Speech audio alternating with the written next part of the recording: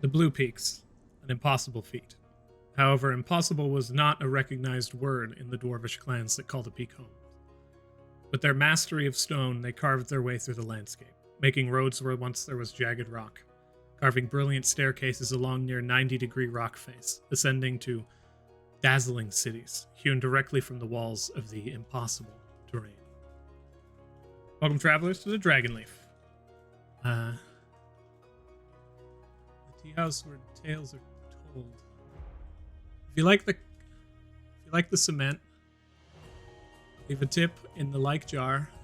Subscribe to our weekly mail. Leave a comment in the suggestion box to tell us how well we did, or how well we dragons. Thank you for listening. And without further, Adrian, it's time to open up Shopee.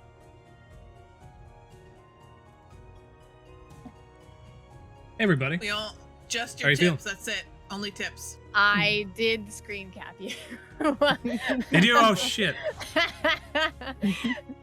You guys Yes. pulling out your glasses. My brain's just like, are we doing like a sexy librarian cosplay? Was I not informed? Like, what is going on? You were invited, but not informed. Well, I don't Ooh. have glasses. I forgot what I was gonna say. We'll I let started that steep. laughing. Let that steep. Like a fine tea. It will steep I was gonna in say your- wine, but sure. Yeah, you gotta steep that wine.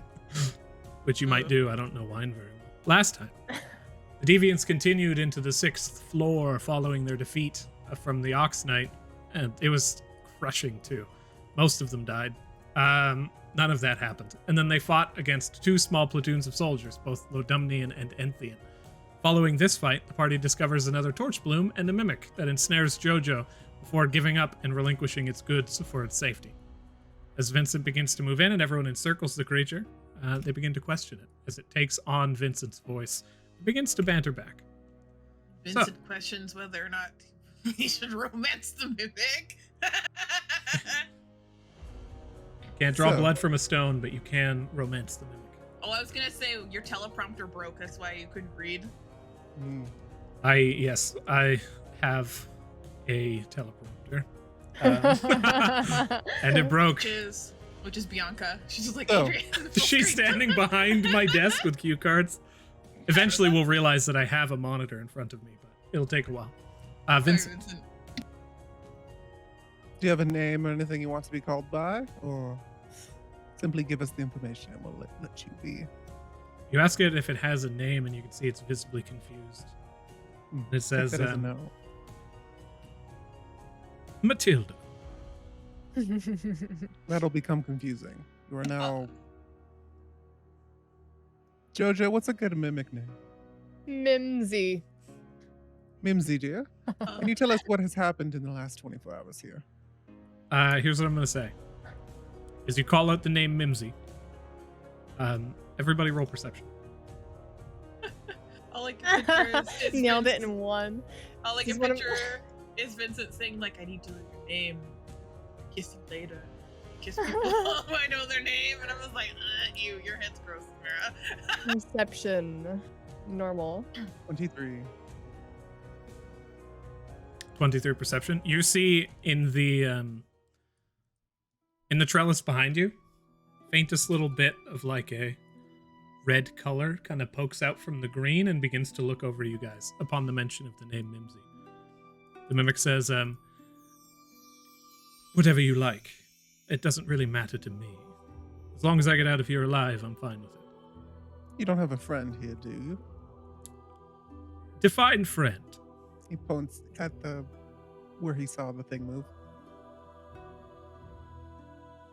I am still confused.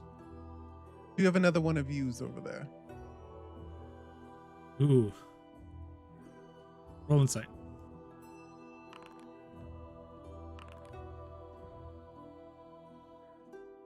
You 11. see, like, there are eyes in this mass that have just appeared and are looking towards each of you. But as you mentioned, like, you have another friend. One of the eyes looked up to where you pointed, and then several other eyes look in a different direction. They look past you guys. Then they say, no, none others that I know about, at least. And you can discern that they are in fact lying. But not in the direction that you had anticipated. I'll mentally connect with Jojo and Matilda and let them know that there's more mimics about and that this guy's lying. Or the thing's lying. Well, what have you seen in the last 24 hours? Tell us a little bit about this puzzle here. I walk up. I've been alive, I believe, for several weeks. You should be able to. Yep, there we go. Writing that down. But, I've heard several people come and go. I haven't had to feed in some time. So, nothing particularly special. I've just been remaining here, trying to stay out of the way of people like you. And that one points over towards Jojo with one of its tentacles. How many mouths can you have? I've never tried. Would you like me to find out? Yes. The body just kind of shifts and distorts into just a mass of mouths. Is it as impressive as boys or not? It's grosser, somehow. Not quite as impressive. Well, let's try and figure out this puzzle. If you help us, we'll leave you be. And your friends. So we noticed the shape of something right behind them. Who spotted it? Vincent and Matilda. Vincent and Matilda, you both noted that there was like some faint little like red poke of color appeared in the green trellis above. And has kind of remained there, just steadily sitting.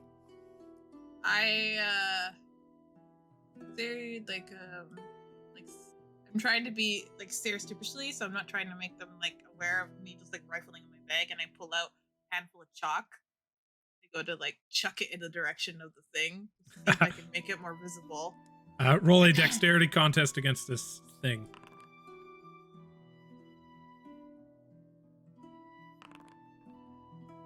No. Ooh. Okay. Oh, that was a dexterity saving throw, but it doesn't matter. Same. Oh, sorry. Yeah, no bonus. So let me go ahead and try this. You throw chalk, and whatever this thing is, it seems to have been watching you. As the chalk slams into it, you hear the faintest bit of shuffling as the red pulls back into the green and begins to move. You can see the figure of this thing moving just behind the ivy on the other side. Gust it towards us. Go ahead and roll. You cast Gust, yes. Mm-hmm. Can we see like it's an a saving outline? throw? Strength. Strength saving throw. You can see an outline. Seems very small, whatever it is. Strength saving throw. I guess I will reiterate. It seems very small where it is, and does not seem to manage to particularly well hold itself in place. As you cast Gust, a lot of this greenery just gets launched from the other side of the trellis, and from it you see the shape of this like small cat-sized dragon just rip out from where it is and gets thrown across the area. How long is Gust? It's just 5 feet. It's 5, so it launches it 5 feet down? Yeah, towards us. Okay. Oh, Vincent's like standing next to the mimic here. I think it'd probably just land on the ground right here, as you see a small pseudo-dragon plop down onto the ground and immediately begins to rifle about. In this instance, you're not necessarily in combat, but I'll have everybody roll initiative. I'm going to refresh. There we go.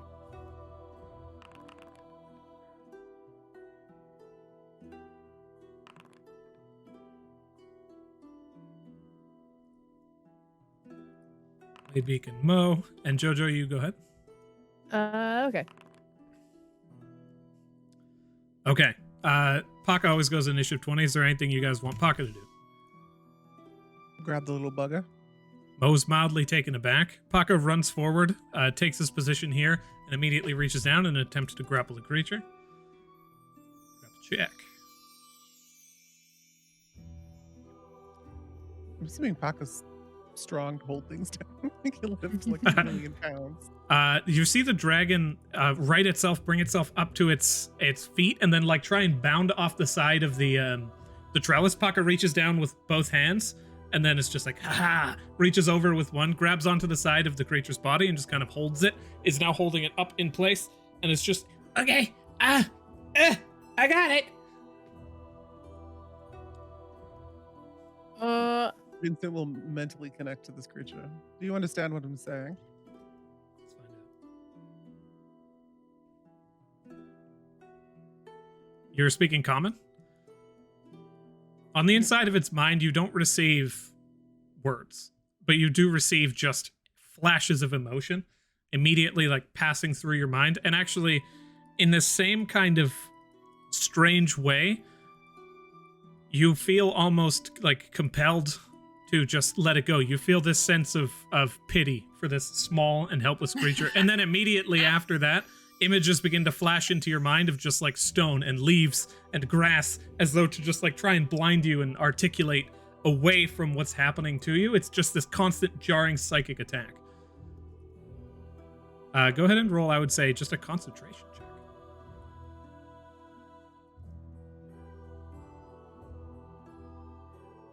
It's not my force of character. No. Where's my check? 9. You find yourself heavily distracted, and the creature almost seems to be willfully enjoying this. As you are actively, like, kind of bothered, it's, like, looking over towards you, focusing its face on you, and then it's got this kind of just, like, little wiggle that it's trying to get out of Paka's hands. But it actually almost, if this thing could laugh, it's currently doing that in this just playful, jovial manner. The mimic then looks over towards it, and just you see one mouth begin to move in and open from behind. It says, "Would you like me to eat it?" No. Wait, is this all in Vincent's head? No, he's speaking out. The mimic is speaking out loud. Okay. I'm assuming we've like temporarily unplugged an ear. No. You said you've been alive for like a week-ish. How exactly are you conceived? Are you an ashen monster? Do you know what that means? Oh, I don't know you long enough, darling. Please? Roll persuasion. Also, can I have an autograph? Explain autograph. Could you, like, it was a 16 persuasion, by the way. Could you, like, take this pen and, like, just, like, scribble, like, maybe a picture of you here or whatever you want? Maybe your name, which is now Mimsy. The pseudo-dragon once again begins to just... It actually looks back towards the mimic with anger. Jealousy. The mimic, like, notices this, moves over to the side. Jojo, you move up, Bladebeak moves back. And the mimic just stretches out one long appendage, grabs the thing, and just kind of, like, draws a few just solid lines from the top to the bottom of the paper. Do I even need to insight what's going on? It's just doing what you guys say. No, I mean, do I get the sense that this pseudo-dragon is jealous of this mimic? Definitely seems that way with your passive insight. And basically, it almost seems like Paka has somewhat like disarmed it. He's now kind of holding it in place and is just like, "I'll pet you with one finger Wait, while I hold you." No. Did do I you know know anything about these things? Can we just go? Go where? Oh, no, I mean, like, are we in turn order? Oh. No, you can go. Okay. Oh. So, I was chewing. okay, excellent. Two people have asked something. First, we'll do Candace. What were you saying? I was going to ask if Jojo has also noticed that the pseudo-dragon seems to be reacting to the name Mimsy. She didn't notice the original, like, popping out of eyes. Yes, you would have. Okay. Do you also want to be called Mimsy? The dragon looks over towards you and is like, just It gives you an immediate glance and a glare of anger, and then like flashes its head away. Just like, huh. What about Snookums? Our body begins to shake. I Baka's ask, like, Paka, can I please go inside the backpack? I want to grab one of my rations. Oh, You gave us the password, dear. yes. Right, I go inside and I grab my ration. You just do. I don't think Snookums is a good name. I think your name should be Little Mischief. And I like open up the ration and I'm like, here, come on, come eat. It looks towards you with anger. What? Why? Do you not like this? Do you want to eat something else? Oh, I think, dear, you insulted it with your naming. What? You just want to be called just Mischief?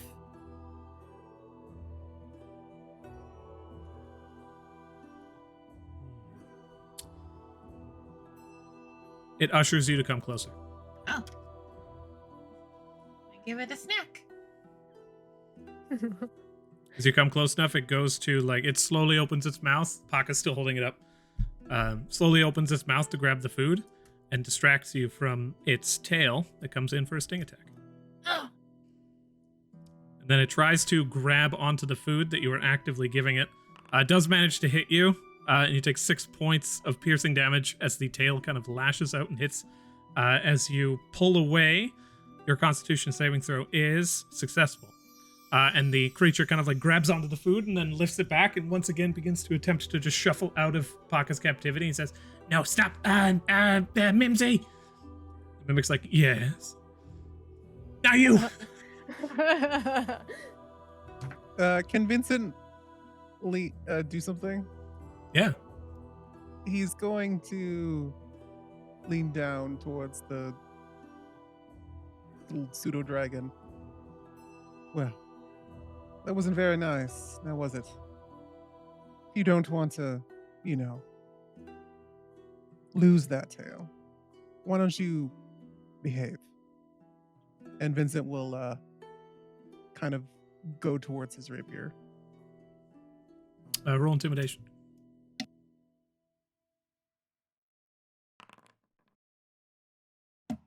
Mm. 11.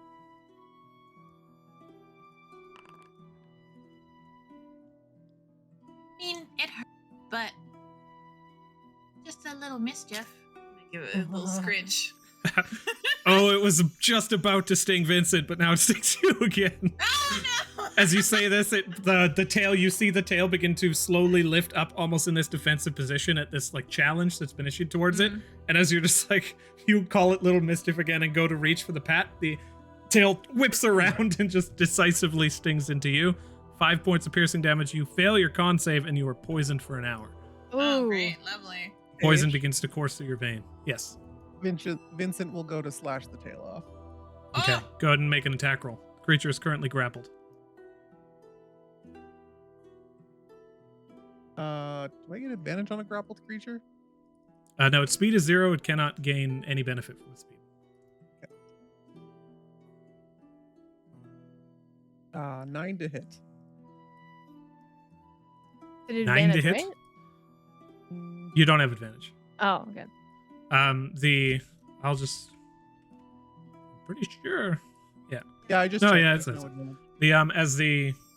your blade comes in, the pseudo dragon immediately whips its tail back and begins to hold it to its body, looks over towards Paka, and then just spits the food down, hits Paka in the face, and begins to attempt to get him distracted as it once more attempts to break free of this grapple. I think we Paka's should a just let it strong go. little guy, though.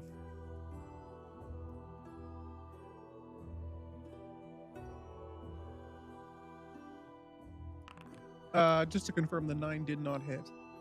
9 does not hit. Okay. As the pseudo dragon, you see, breaks free and immediately lurches out of Paka's grip. It jumps over to the side of the trellis and begins to climb. I would say that each of you do get an attack of opportunity if you so wish to take it. Yeah, I'll punch it. You can use you have a warhammer. You can use your melee weapon non-lethally. Yeah, I'll do that. Mostly because I just don't have it. Ready. Attack. Reckless. 24 hits. Roll damage. Normal damage is non-lethal of 8. You bring the hammer back and you're like, okay, I don't want to make this too bad. And you just kind of like, boom, squish the creature against the side of the wall. And then it slowly peels back, falls, and unconscious lands once again in Paka's hands. And he's like, oh, you shouldn't have done that. I bet Jojo's going to hit you now. Then just lands in his hand and he's like, bad, and begins to like fold the dragon so that it's just laying comfortably and then wraps the tail around it. Yeah. Just holding it up. Let's bag it. Gillian, can I have your rope of entanglement? We want to keep this around. We got to keep it, on its leash. Killian moves forward. And Just you guys, the rope tiny. basically encircles this thing, so you now just have an egg rope. There's virtually no pseudo dragon visible through it. Jojo takes back her book from Mimsy. Thanks, Mimsy. Good, sorry. I'm not sorry. You bit me first. Fuck you. But thanks I for the did. signature. I'm going to say, you tasted sweaty. That's because I am. Okay. Fun and time is, I think it's about over. Mimsy, are you going to tell us how to get through this pressure plate puzzle, or are you going to sit there and, I think we just have to debate have over more what people. for lunch? As far as I can tell, you just have to stand on them. I've heard people come by and then some movement of stone and then they're gone. How recent was that most recent time that you heard that? I will say this. They had the further away they were from me, there were different screams that came from the other area beyond it. Any screams of pleasure? None, I dare say. Well, Jojo, if you know what floor to step on, why don't we get this done? I could use a rest, and that sting looked like it hurt Matilda. Do we want to take another rest, or Yes. just keep going on? Dude, I'm bloody. I don't think I need to have a rest, but I'm pretty sure I'm poisoned. I like to think that Matilda, at some point, either Pom Pom purposely gave her stuff so she knows what poison feels like, or she got into the cabinet and ate a couple things and got sick when she was a little person. So she doesn't know how to fix it, but she knows what it feels like, if that makes sense. I didn't mind taking a rest after that little bit of a boss battle we had there, but is this going to become a usual thing? Fight 3 things and then rest and then fight 3 things? It's going to take forever to get through here. Well, if you want to heal me or give me potions, that's cool too. But I'm quite hurt after this guy bit me. Look, judging Jojo's, like, where she's at, does she look extremely bloodied, or is she just, like, injured? Do you want a percentage, or I don't think I can say more than just No, bloody, like, right? basically, do you Bloodied? look bloodied or do you look not bloodied? I'm bloody. Jojo is bloody.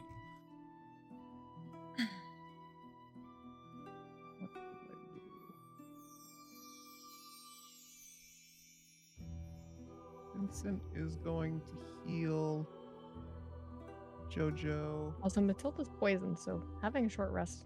That an won't hour. get rid of the poison. It will. It lasts an hour. That's 1 hour. Oh, I thought usually poison lasts until a long rest, so that's why. But would we know this? That's what I want to know. No, but you can be like, you're not feeling well. Like, we should rest, kind of thing. Yeah, I just mean, like, But you wouldn't know we would generally have the no duration. idea that it would end in an hour.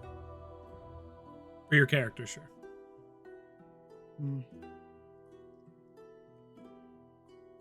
I feel like this exact situation has come up before. Vincent's like, well, next time we go. And Jojo was like, yeah, and now it's popping up again.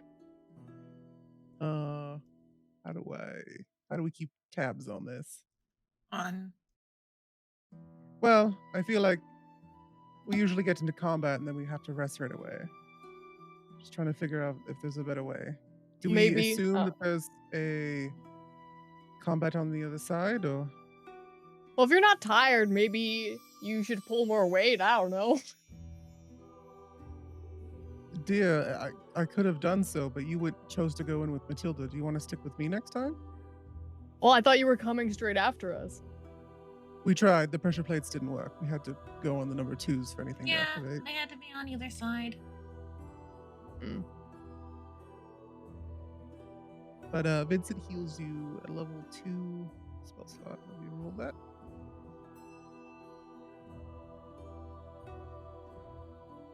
I'm watching Mimsy. They're walking around. Don't trust Yep. it.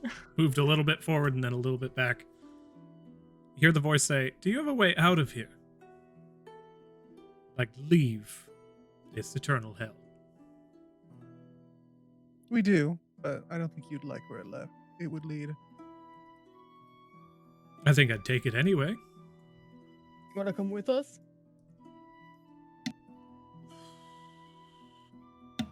How are you about people eating people? Like 1 to 10. You care if I devour the fallen? Or is that an Fallen in issue? here?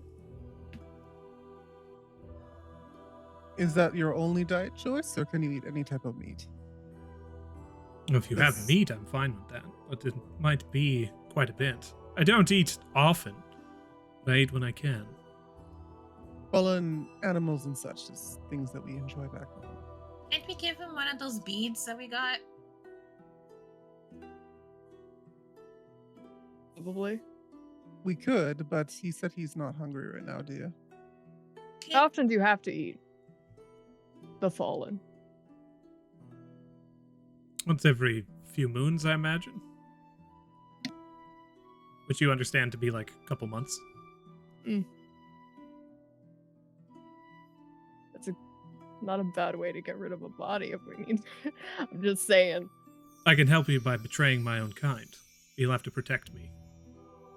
And if I get out, you'll never see me again. Deal? Well, I will let you know. Usually when you perish, you recycle, right? You come back? Not a clue. Don't remember then. Once you leave here, if something were to kill you, you'll never come back again. So you might want to be smart with what you do. Not sure how it works on your end, but if you die, you're dead. That's usually how it works. That's what you think, dear. It's gonna go over and start just studying the thingies again. Assuming we're still gonna take a break. I'd prefer it. Okay. You healed 10 hit points, Jojo, by the way. Okay. Still bloody. The mimic walks up to you and says, "I could lick your wounds if you like." Definitely not. Just continues moving. Are we gonna be able to use the door with the crumpled statue? No, it does not seem traversable. Okay. Didn't Killian mend it? Achillean mended the plaque on the statue and it immediately broke again. Okay. I think it's insinuating that since we killed the stuff, we can't take the peaceful route. I think if someone threw me over the wall, I could get on that side. Well, Dio, again, we've done this several times, and I instruct Mo to fly up. Mo flies up and the wall itself kind of matches his height. And then as Mo flies back and forth, you see the wall grow and shrink. Basically in a radius around him to keep him from moving I over. could throw you, but I feel like it would just be a bad time on your end. You'd impact the wall, you'd fall back, you'd injure yourself, you might sprain a wrist. Yeah. Mo's like, "I would laugh and you would laugh and we'd all laugh." Tilda throws the rock over again. Does the rock go over? It does. Mo, hold this rock. And try that again. I don't take orders from you. You demonic monstrosity. In the back of his mind, indulge her. Indeed, I shall. Takes the stone. Without missing a beat and just begins to fly up. You see the wall match. I think it has something to do with detecting living beings. Good. I'm more adept. Hawk is a bit more adept than dexterity. If we want to test it out, we could have Jojo chuck him, but he would just land on the wall. Pocket If climbs not, in. then- Pocket climbs into the trellis and begins to climb. He's small enough that all you see is his backpack sticking out from the side of the wall like some kind of strange leathery growth, and then just begins to move along the wall. But as he climbs up, once again, the wall begins to match. Yeah. It actually hits a point that becomes a little bit surreal, because as he climbs to about like 40 to 50 feet up, the wall detaches itself from the lower wall and just becomes a section of free-floating wall that creates and destroys itself as he moves. That's cool. Well, I wonder, do we think that you can only have 4 people per door?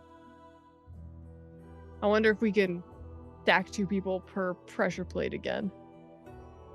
Meaning like Mo and Paka could double up.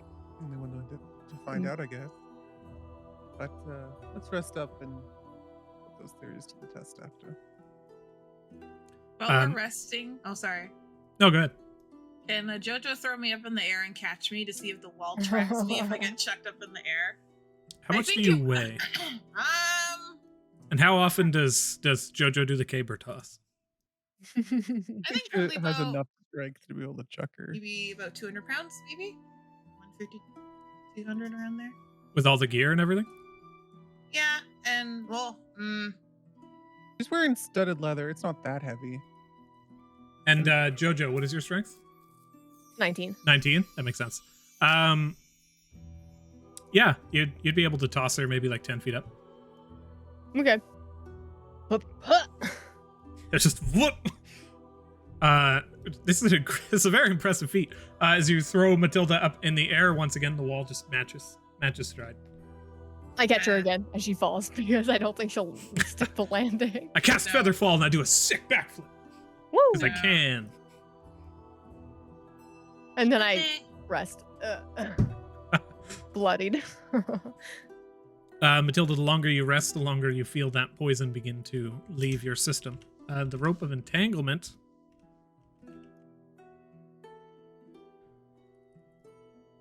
Well, first you'd have to roll to see how long the guy's unconscious, but rope of entanglement's pretty hard for something to get out of it. AC is 20 and has 20 hit points. Regains 1 hit point every 5 minutes. And bonus action, restrained, gotcha. It's getting all of the information. The pseudo dragon is basically just being carried around as a rope egg from Paka, but as the hour passes, the pseudo dragon once again begins to stir. You see the rope begin I'm good to take a short rest then? You guys may take a short rest. An hour has passed without incident. During this hour, Vincent is going to spend some time sketching. What do you draw? Most of the stuff that we've seen so far in the dungeon, some of the knights, some of the scenes mimic pseudo dragon, some of the areas.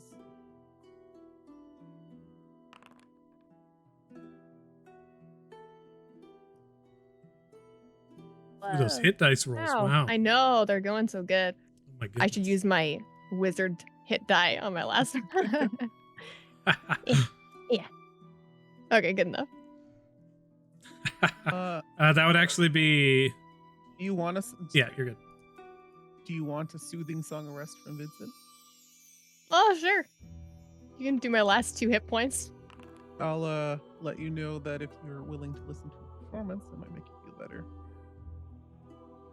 But you'll have to have your ears open for like at least 5 minutes. Are you You singing? regain 1 health. No, I don't sing. He's playing his piano. Okay.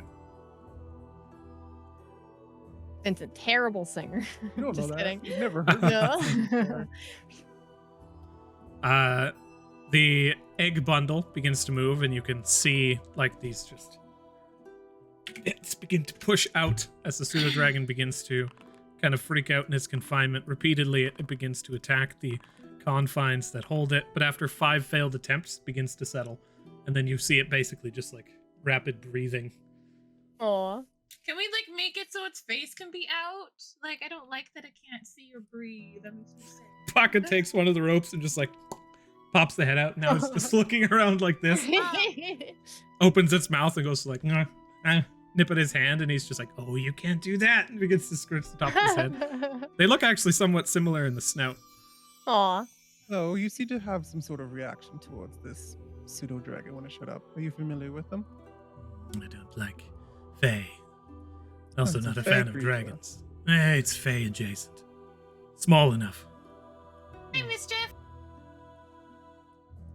I try to like see if I can give it a pet, but if it keeps trying to bite me, In the back of Matilda's head, I'm gonna. You can keep the Mr. as a full name. Maybe try calling it like Missy or something as a short form. It might The ears be perk up a more little bit. offensive. I'm mind doing that in the top into Matilda's head. The ears perk up a little bit.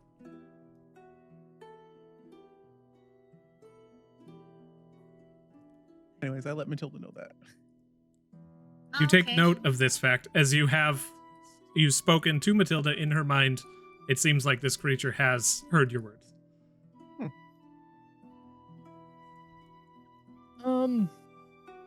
Paka's You like, know I want. I have a friend. Go ahead. You know I want to do the book route just because books. But what do you guys think? Yeah. Mimsy slides on over and I says, think it's I whether or don't not we know that want that's the to- best idea. I think it's whether or not we want to deal with the Enthians or the Londonians. Why is that a bad idea? Oh, the screams. Think about the screams. Are they worse on this side than that side? Who can tell? Well, I you can. certainly can. Begins to move astride. You see it kind of hitting each individual pressure plate, moving along and pressing them down, but like nothing happens. It reaches the other side and begins to. It's like the whole body begins to thin, and it turns into this series of individual small appendages. As it begins to listen in, it solidifies into like a hat rack. It just kind of sits there and slowly begins to spin the top as though it's listening. Begins to regale you. This is like saying. fucked up Beauty and the Beast. You can see it's trying to be mischievous, but then every now and then just remembers that it's completely and utterly fucked, and then just settles again and says, the northern route has been. It's probably the easiest one, as far as I can discern. The screams were placatable. Although it seems like, as far as I can tell, the middle one would have been very painful indeed. Interesting. I think Well- the top one mentions madness, so there's probably some mental shit going on in there, and the bottom one I think is just fighting. Well, the madness, we saw that other plaque that was talking about the King of Mirrors. Yeah, the And Mad madness? King. Yeah. Maybe that's his route.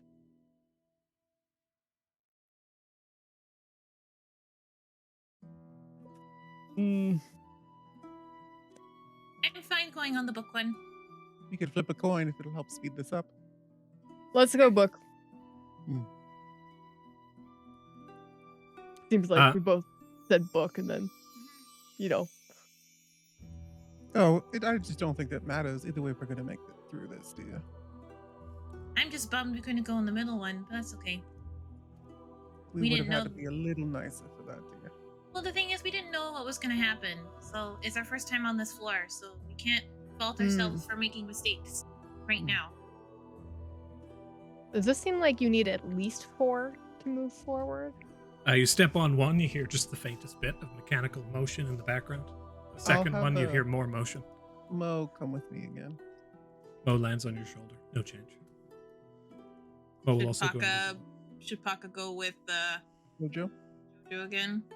Paka's holding on to this pseudo dragon under one arm that has kind of since just like grabbed onto his raincoat and is just beginning to pull it. And he's like, "Oh, you little guy."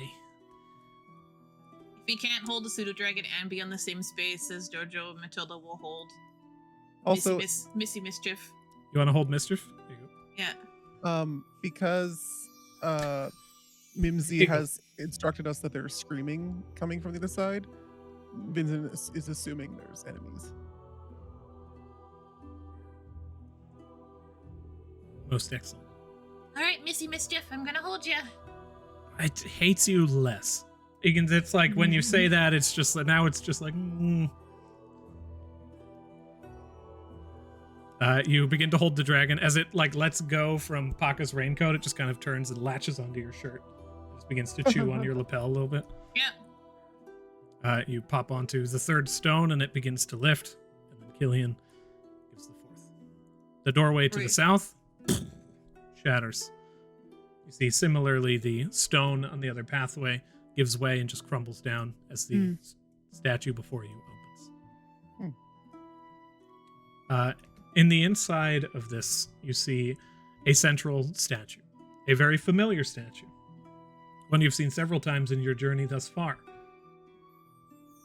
It is a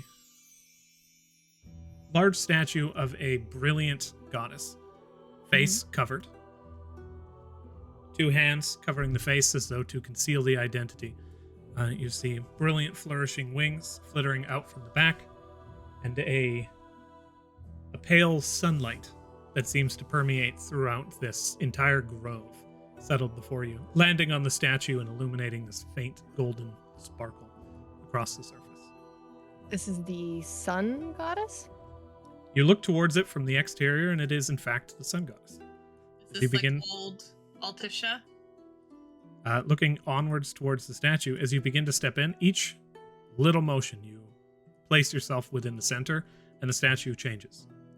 Huh. Changes in hue, it changes in color, and the light that surrounds the area goes out. The moonlight begins to shine down upon you, but the entire world goes dark. And the statue takes on a form of a pale blue goddess. Replaced. Can Matilda see? Tilda cannot see. No. Can't do it. However, he does know how to cast lights. I don't know if that's that a good idea. What if Matilda's hand, she's like, I can cast light, but what if it makes If you had the ringlets of the pale that could cast light, that might be a fine one, but As you begin to move into the area, kind of just taken aback by this sudden shift, and you see the sky change, almost like the Sylph Stream from which you are accustomed. And as you approach, you see standing before the statue that has been replaced, a knight wearing brilliant golden armor, as light begins to gleam down from the individual and carries through about 20 feet. Are we able to see the golden armor in the moonlight? Is that why we can see the color? He is literally shining. Okay. The golden armor, does it seem similar to the one that was buried beneath the sunflower? This seems significantly more ornate, but Okay. it's very much the same. Okay. As you glance towards, these people who stand before you now seem to be of the same order as the ones that were buried beneath the sunflowers. And they look now towards this statue with rage and hatred. You guys They currently seem like sun people, right? They are the most sun people you have ever seen. However, this order, whatever these knights are new to you. As you glance over them, they don't seem Enthian or Lodumnian in immediate design, but they stand with a terrifying and imposing presence. Can I'll show you now. Vincent do a quick insight check? Is the way that their armor or anything on them seem similar to his glimmer spark magic or his focus? From what you've seen of your magic and the focus, it's a party, baby. It's you got colors galore going on. It's sparkle, it's glimmer, it's radiant, it's rainbows, it's all colors at once shifting in an eternal hue. These people are stagnant in their solid gold, and they stand with a regal presence that would belie such freedom. Can't pigeon, so can you is there any iconography on their armor that my friends that can see? You can see them. They are. If you glowing were to with step in, moonlight. you'd be able to see them. Oh, okay. I can't. The game's paused. Oh, I'll do that. Boop. You guys begin to move forward. My thing is, when I look at them, a lot of armor that we've seen from each person and these people, they always seem to have like their iconography or their symbol on them. As you glance towards this armor, you don't see anything by way of specific iconography. In the right of what they're wearing at current, you also see 2 smaller, very clearly not necessarily human. The first time you've seen those who are not human, these seem sprightly. They almost seem more like elves than they do humans. Oh. But they stand wearing similarly golden garb, although significantly less armored. and they wear weapons that shine with that sunlight that's being cast from the large juggernaut in the center. But it seems like their armor itself is the iconography, rather than containing any iconography. As you guys move forward, if you are attempting to move stealthily, please do so roll now.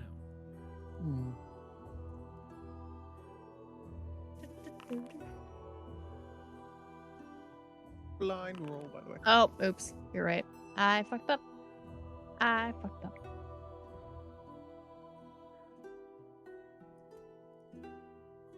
Is it blind GM or private GM? Blind. How do you Blind. still see if it's private? I'll delete these.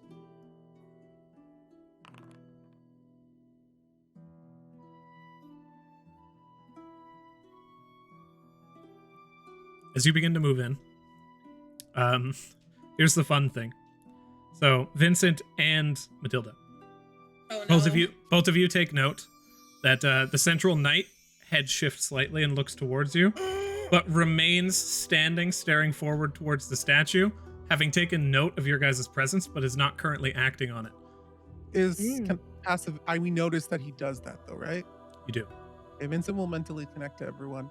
He knows we're here and not attacking us outright. Do you want to have a chat? Maybe we can get through this one without injuries. Yeah, let's talk. Vincent Anyone? will unplug one of his ears of its thingy so that he can hear things around. And then what was Matilda saying? Oh, does anyone know how to like speak their language? Nope.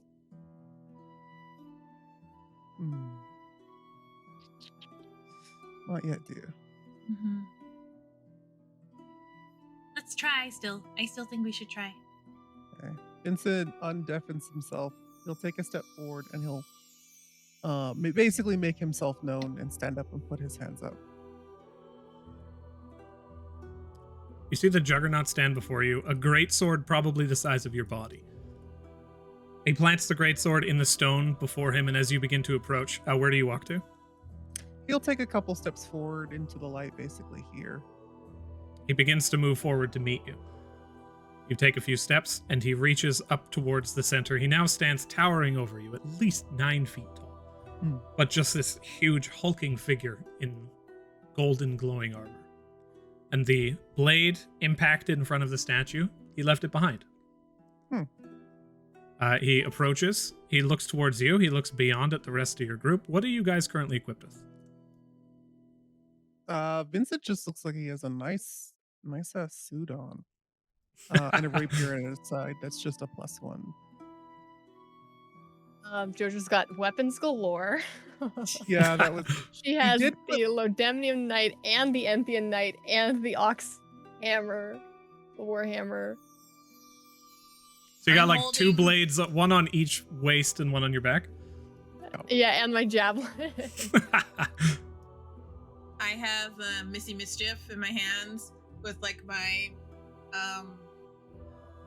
a messenger bag, and my I'm not wearing my dress this time, but I do have like my pants and my boots, and also I have like one of those things that I really like that Caleb from Critical Role had, where he keeps his book kind of like strapped to him at all times. I also like- pictured you have like little slots in the little strap for like your wands to go in. I also have a belt on that you can see. I have like pouches and like potions and like vials, like a vial that I can go out so I can do like quick collection. I look like a scientist, paleontologist, explorer kind of thing. Love it. As you guys begin to move forward, the knight moves up towards you. Vincent places a hand on your shoulder and begins to walk past you. He approaches you, Jojo, and reaches down towards your waist and goes to take the Enthian Knight sword from you. She will not stop them from doing so. They pull it from your waist, and they turn and they begin to trudge backwards. They move over towards the statue, and they place the blade down, before taking their own blade and then using it to snap that one in half. Once again, planting the blade, this gigantic golden greatsword down, and just vivisecting the other one, shattering the blade in 2, and then looking up towards the statue with reverence. Vincent will turn back to the party, kind of nodding, like hopefully that was a good thing, tributes and all, and take another step forward. Do these two seem like they care, like they're protective of this guy or anything? Both of their heads are down, and they're basically just standing at attention. Mm. This guy walks up towards you, and he pulls from his waist, like a mason's hammer. And he hands it towards you and points towards the statue. Vincent, is he inciting the fact that this individual isn't speaking because it knows that it can't communicate with us, or attempting to speak? Roll insight.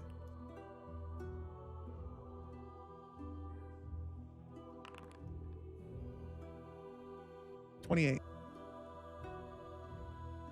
Judge on like the sounds of effort that they've made, they seem to be able to speak. I know they move with an intelligence and a knowledge that would gain you kind of the thought that they know more than they're letting on. Even before, when you guys had approached, they noticed you and immediately were like, rather than attack. Yeah. Vincent will hold up a hand, and if they'll allow it, he'll minor illusion and in the air a picture of like the statue broken, and insinuate if that's what he would like. A deep nod. He'll nod towards it and then kind of connect in with Jojo. Do you mind, little workout? He wishes to smash this statue.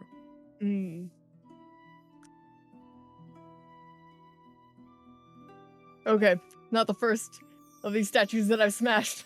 So. And then I'll connect in with Killian. Can you help her, maybe look? I guess you're not too good with stonework. I'll leave it at that then. And he'll pass the hammer over to Jojo as she comes by. Yeah. Jojo will take it and then move towards the stairs, but they're in front of them. Do they move out of her way? They separate.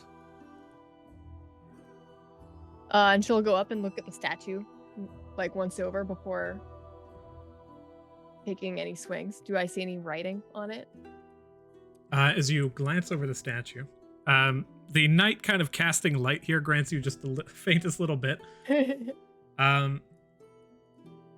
only... Let me go ahead and check here. Vincent's also going to look around the area and perceive to see if there's any other things going on. Jojo, roll perception. Vincent, roll perception. Jojo, you are currently in dim light, so you have disadvantage on that check. Oh, you have dark vision. Never mind. Oh. Bad anyway. You can roll again. That was my mistake. Okay. So technically, you have super advantage. Okay. So bad. You look over the plaque of the statue, but in the darkness and the wear and tear from it, you can't make out what it says. Okay.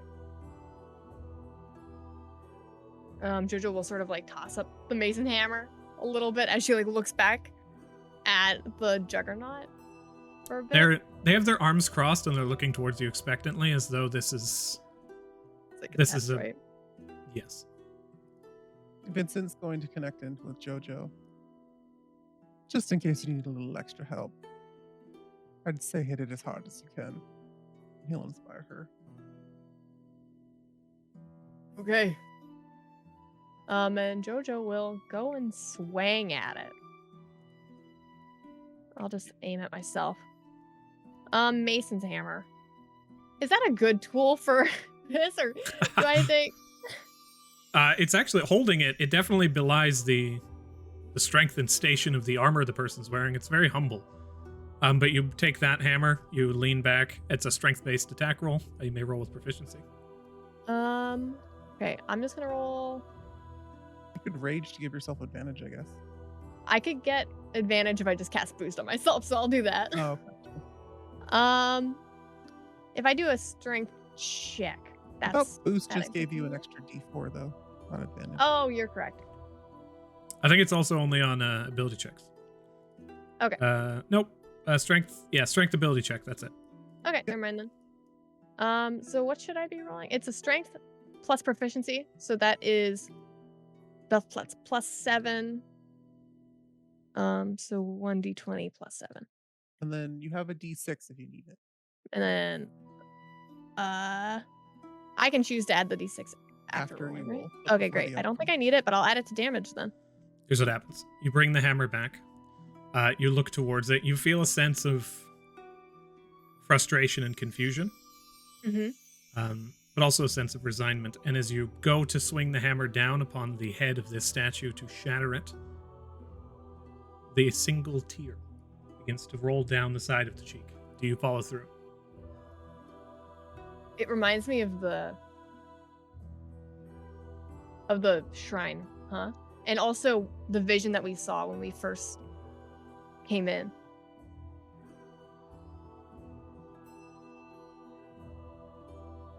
I don't think she does it. I think she hesitates. She brings the hammer in, and then just as she sees the tear, she stops dead in her tracks, and she's only that far away from the statue. The knight takes 2 steps forward, 1 step in, grabs the blade that was implanted in the ground and holds it aloft, placing it to their head, giving a nod. Roll initiative. Everybody Yeah. I didn't do that, but I'm assuming you said roll initiative. Yeah. Hmm.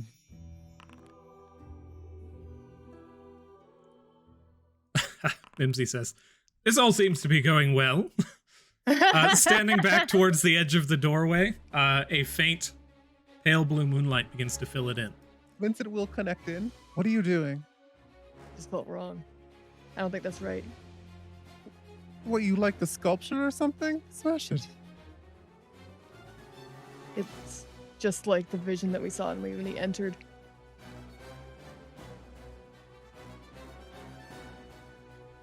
Where's Killian in this? 5. She's at the bottom. At the beginning of combat, you see the knight grabs the blade, takes it up to the side of its face, and goes blowing on it. As it does so, the flames stoke immediately. Golden flame erupts, and the entire stadium is filled with light, bound out from the body of this knight. 80 feet, 40 feet. There you go. Now then, Vincent, you are up first. He will. Is everyone unplugged like one of their ears, like we could talk normally? Or is If you Matilda still choose deaf? to do so. Turn to the rest of the group.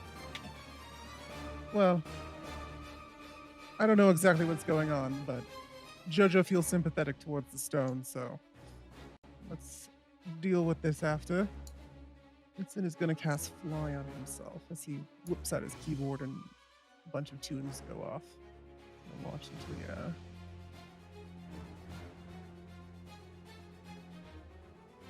Would you be able to give me Fly, Adrian? Indeed.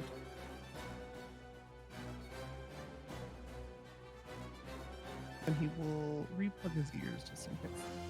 Put the thingy back in. As he only hears his own music now. Cool. I'm gonna fly like 40 feet up to see what I can see. I know the walls around us will come in, but at least you can get a survey of this little battlefield. You reach a 40-foot range and you begin to look over the walls on the these- side. Pillars higher than 40 feet? These And, pillars, There's the pillars themselves, you can see the rounded ones, don't go up very high. However, the trellises in the middle rise to meet you. Okay, and the statue still blocking me too. Is it also 40 feet? Check the statue's height. The statue is 20 feet high. It should not be blocking your vision. He will move. Guess to get a good foray of the battlefield, he'll move here. I'll move another 20 feet over here. Okay, now it's. Oh, it's not blocking your vision. It's blocking the light. So you can I see I past see. it now. Yeah. Cool. Then I action.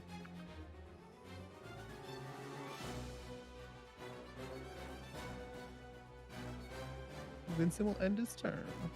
Did Mo come with him because he was on his shoulder still when he flew up? That's totally fine. And yeah, that's the end of his turn. It is the pseudo dragon's turn, and they are going to attack the things that are binding them, and just attempting to pull back on the ropes, but to no avail. Matilda, do you still have a pseudo dragon? Do I believe you would, yes. And then Paka actually has initiative 20, so let me fix that. Beautiful. Paka begins to run in. Says, I don't blame you, it's a pretty statue. And then he looks on towards the squire and says, please don't hurt us, though. I really don't want to fight. And is going to attempt to charm you. Oh. Yes, you're so charming. Do it, Paka. The squire is charmed by Paka. Ah, yes. Matilda, you are up. Okay. Oh God, I'm not used to being so early in the initiative. I'm going to. I will remind you that one of your hands is filled with a pseudo dragon, so you cannot use your wham bam double wand combo. I don't. Eldritch Blast requires verbal and semantic, or just verbal? Because you need a hand free to cast that as well. Well, basically, like the gemstone, you can put the pseudo dragon down, or you can use one of the two wands that you currently have. One of them also acts as your spellcasting focus, which allows you to replace your components with just using the wand in hand. Yeah. Basically, you'd lose +1 to your rolls to hit, and then you would remove the cover one, I'm assuming, if you want the spell focus one. I was going to cast Armor of Agathis. Do I need to do that to do that? No. We'll reach that bridge when I have to cast Speedy Beady, but right now, just... Armor of Agathis is verbal semantic material, so just the one hand free. So in this case, I will say that you have unequipped. Which wand has the gemstone attached to it? Actually, the Rod of the Pact Keeper is the one that allows you to use your spellcasting focus. Yes. Yes? Okay, so you have unequipped with the Wand of the War Mage. So I will just boop. So now it will automatically do the proper rolls, so you don't need to worry about it. Yep, yep, yep. Can I read the plaque from here, or am I too far away? That would be an action to attempt to read it. It'd be pretty difficult in this position you're in.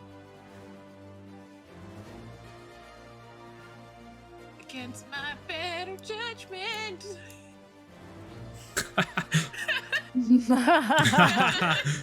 You run up towards the plaque. It will be relatively easy to read this plaque at this point. But as you run past this knight who kind of like watches you run past. I didn't. He doesn't get an attack of opportunity when I enter a space.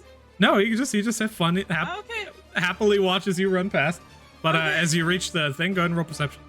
What about this dude, though? They do get one. Oh, man. And so does this one, actually. Oh, no. Whoops. Oh, Yeah, well. they both would. Information is important. It's okay. It's very on brand for my character. I promise I won't die. No, I definitely think Matilda would be like, we need that. And then she just, yeah. A 10? With a 10, that basically is the DC in this instance. But looking at it with the bright fucking light from the sky that is now emitting this sunlight from him, you look down upon the statue and it reads, this statue has been rightfully claimed for the true goddess, the Moon Maiden. Hold on. I can't. Is that in a different language? Or is that. It's written out in common. Oh, what the fuck? Then at the You very have bottom of it. noticed Sometimes they're in common. Yeah, sometimes common is the language of choice here. You also read All Hail King Savilar.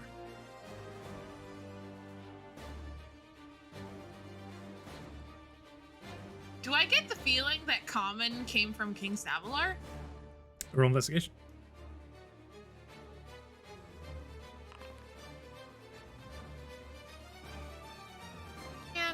It seems like Nth uses common, or at least does use common.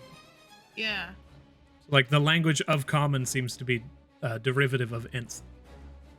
But as you were looking towards the statue, these two squires attack you. They both use their mace crush. Roll bad. With a 13, one manages to strike you in the back, and the other one manages to catch your spine, and very ruthlessly you feel a crunch. Just The critical so you know, strike against. Matilda wouldn't have the Armor of Agathis up because you used your action to read the plaque. That is correct. What? I cast the spell and then I walked up because it would be easier to see. So It was an action to perceive the area. or to perceive the plaque itself. Like you're basically leaning down in the middle of combat and like trying to read faded writing. Okay, whatever, fine. I will cast Armor Magus next turn, but Gotcha. cool. As you lean down, you take first 6 points of bludgeoning damage, and then the second squire takes the critical strike against your back. And as you like fly forward, you take another 14 points of bludgeoning damage. That's 20 total. Oh no! Okay. Howie. Okay, Is Matilda bloodied? we see. I think she That's- might be. That's the voice that I take right now. I'm projecting my back pain onto you guys. Yes. Ugh. Feel the back pain. Was that both of them, or was that just the one hit? That was both. There's 2 sources of Okay, damage, good. 6 and 14. Yeah, I was gonna be scared if that was one. Matilda, are you bloodied? Yes. Okay. Okay, well, that's my full action. My bonus action is I'm going to take a potion. Love it. no. You must suffer for your art. Did you not heal during our short rest? I did, but they just hit me for a lot. Oh, okay. I only have 47 hit points. So if you have Yeah. 47 plus, I'm assuming you have your 8 temp health from your pulse life, or did you? I don't have pulse life Okay, you anymore. don't have pulse life anymore. Oh. If you have 47 hit points max and you took 20 damage, you should not be bloodied. Did you heal I- up? You don't heal all the way on a short rest. No, You just no. use hit You have dice. to roll. So you didn't roll your hit die on short rest. I did, but I didn't want to waste a hit die when I Oh, I only see, you had had- like I had like Mhm. 3 hit points or something. Like I wasn't full, but it was like I had 3 hit points difference. Cool. And I was like, meh, that doesn't really feel like. Do you go ahead and roll that healing? I'm Standard not potion of bloody, by healing? the way, No, okay. after that short rest, so. And A 10? Beautiful. It's a great roll. Max healing. You chug that potion and a lot of those wounds close. But that back pain persists, you know? It's going to be like that for a while, I think. I'm just kidding. I'm not blooded anymore. And was that all your movement? You have 15 feet Yeah. remaining. I am not going to move anymore because attacks of opportunity are ouchy, and this guy looks like he's gonna hit real hard. So I'm good. I'm gonna stay next to JoJo and kind of like use her as a human shield and trying to Mhm. like read my shit and like take in the information of the station. The Juggernaut looks down upon you all and does not look angry. They don't let out any ferocious yell. They don't. Everything that they're doing seems to be not from a place of malice. But they draw that blade back and they look towards you, Jojo, and they give a nod. They raise the blade, and then they cast. Actually, they raise the blade and they go to slam it down on you, and they disappear in a flash of light and appear in front of you again in the same position. I need Jojo and Matilda to roll a dexterity saving throw. Okay.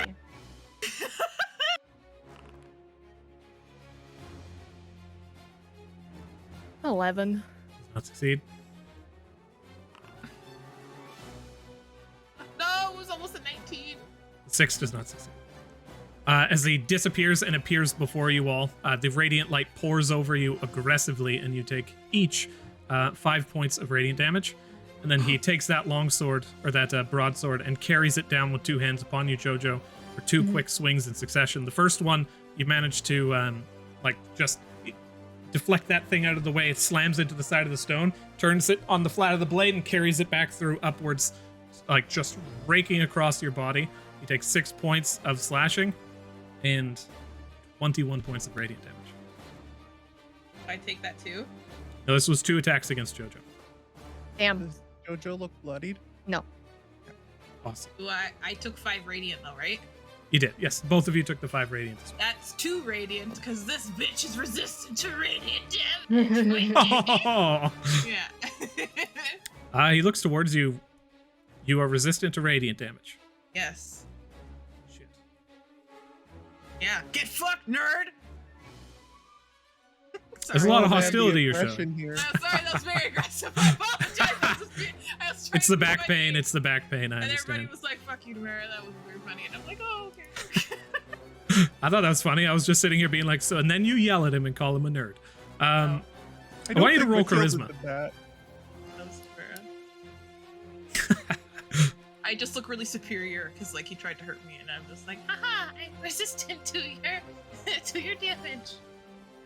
Roll charisma for me.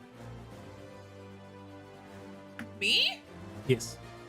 Just straight charisma, like a check. Yes. Please and thank you. I have a very strong strength of character. No, I don't.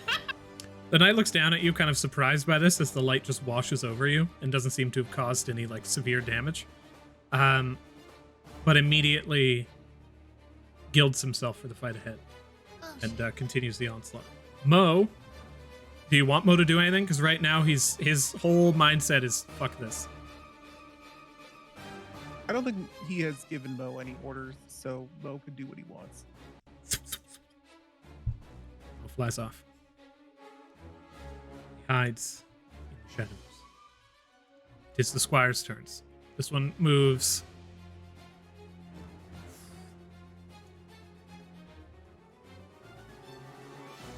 It's gonna go here. This one's gonna go here. Both lean back, and you see their fingertips alight with bright light. This is proper. Okay, Vincent and Matilda, I need both of you to roll. I'm 40 feet up, just FYI, for distance. True, yes. I'm sorry, you don't roll. Matilda and Vincent, sparkles, little like flashing beads of golden light begin to dance around your Head? No, not head. It's not. I completely blanking on the word. No, thank you. Yeah, Vision? it begins to just pop within your peripheral vision and then moves in front of you in these just waves of confusing patterns. Both of you have a -3 to attack rolls and dexterity saving throws. Okay. There's no save for this. It's just a debuff. It just happens. Nice. As these brilliant lights begin to dazzle around you, when they cast the spell, they begin to call out into the open air. The components themselves seemingly ringing out in a way that you've never noticed before from standard spellcasting. But as they do this, that is both of their turns. Mimsy moves over here and turns into a chest. Could be a little less conspicuous, maybe like a bush or a rock or something. They're panicking. Killian is up. Bianca, what's Killian do? I think Killian would. This one's tricky. Seems like a very hard combat. I think she's just gonna hop onto Bladebeak and start firing at probably the little guys first. I think she tried to harry something. I think she's.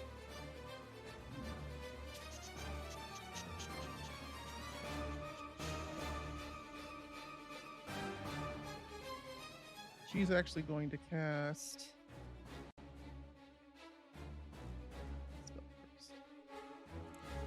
The pseudo dragon automatically takes the 5 points of radiant damage. Oh, sorry. Really? But it's on my person. Yeah, it was an AoE that went off. Oh, That's why I got hurt. sorry. Okay, so not Vincent or the pseudo dragon because they're being awkwardly placed, but this knight, this one, and this one, we need them to roll the dexterity saving throw as she casts fairy fire on the area. So, oh yeah, because Vincent's 40 feet up. Okay, beautiful. So, dex save? I think so, yeah. I like the idea that they're just like dodging glitter. Wreaths of flame, plumes of flame just erupt around them. And as they attempt to dodge out of the way, let's find out next time. The squire manages to dodge out of the way. The juggernaut, in typical fashion, does not seem particularly fast and just gets blasted by this light. And guys, he's now shedding light. Now he's shedding light. The sunlight that is basically overtaking everything else. You see this pale, faint green light around him, but that's it. And what else does Fairy Fire do? Just now, so that he can't benefit from invisibility, and anyone attacking it has advantage to hit him now, Brilliant. as he is outlined in the glow. Oh, all the lighting went away. Oh, it overrode his light. I'll just fix it. Nice. And then she will. This one's tricky. I think she'll jump off of Blade Beak and move over to here. And then Blade Beak will charge to right next to Matilda. So Killian bonus action tells Blade Beak to dash. Oh no, that's 40 She can feet. move 40 feet. Boom, boom, boom, boom, boom, boom, boom. Running over, standing next to Matilda. And Ren on the knight with advantage. Roll with advantage. That advantage helped. Natural 20. Woo! 1d8 plus 2 plus 8. 7 plus 8 is 15 points of damage. Carving down across the side of the knight. Just you hear that you can see the soft metal armor just being torn asunder. Cool. That's the end of her turn. Awesome. Jojo, you were up. Jojo drops that mason hammer and looks up at this juggernaut staring down at her. And that frustration that she felt as she was swinging towards the statue, she's going to put all that into her swing as she picks up her warhammer of the ox and swings it towards this knight.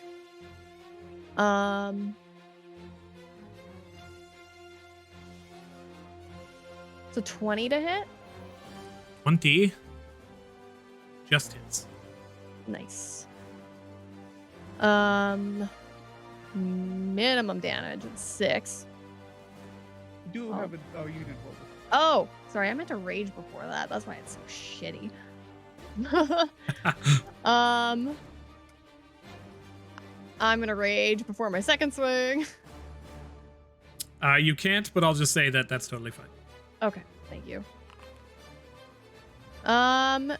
It's the vines. My least My favorite one. Oh, okay. I'm glad Actually, someone might not likes be too it. bad. I do like it. It's thematically very fun. It's also very annoying for the enemies. They have to move through vines all the time. Mhm. Like Okay. Oh, that's shit on the second one. That's 13. 13 just boom slams That- against the armor. Sucks. Okay. That's my turn. Vincent, you are up. Beginning of round 2. Vincent's gonna use his bonus action to mentally connect to the knight and just see if we can understand each other. Yeah. You connect in with the knight and you hear it. If I destroy the statue, will you leave us be? You hear a response. Roll persuasion. Will this require my action? I need my action to It would. destroy. To attempt to persuade the creature to do so would be an action. Okay. You can do that on my next turn, yes.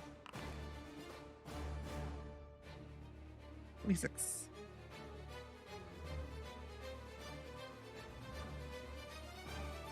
The knight turns its attention towards you, and as the head spins, you see just golden flame wreathed underneath the helm. 2 piercing eyes that you can see underneath it look towards you, one of which has just been like carved down, one eye just pale white. Looking at you, just gives a slow nod, and then reaches over towards their chest and goes 2 quick slams against the heart, and you hear the armor beat as though a heartbeat kind of carries through. Vincent is going to metaphorically flap his wings and go over here. 60 feet of movement. I'll get to it. Just give me a second to charge this. We'll go in behind this thing. And end his turn. Like So the dragon tries to break free. Fails. That's the end of its turn. Paka. Paka looks over and sees Vincent flying up and is just like... makes his way over towards you and goes, Hey! Hey! He's 40 feet in the air. I'm not going to hear that. Are you deafened? No, I have one ear open. He's literally whispering. It's just like, hey! Trying to stay quiet from the battle underneath. I look So no, down you and do I'm not just hear. like, I'm busy. And I go back to doing my thing. Okay.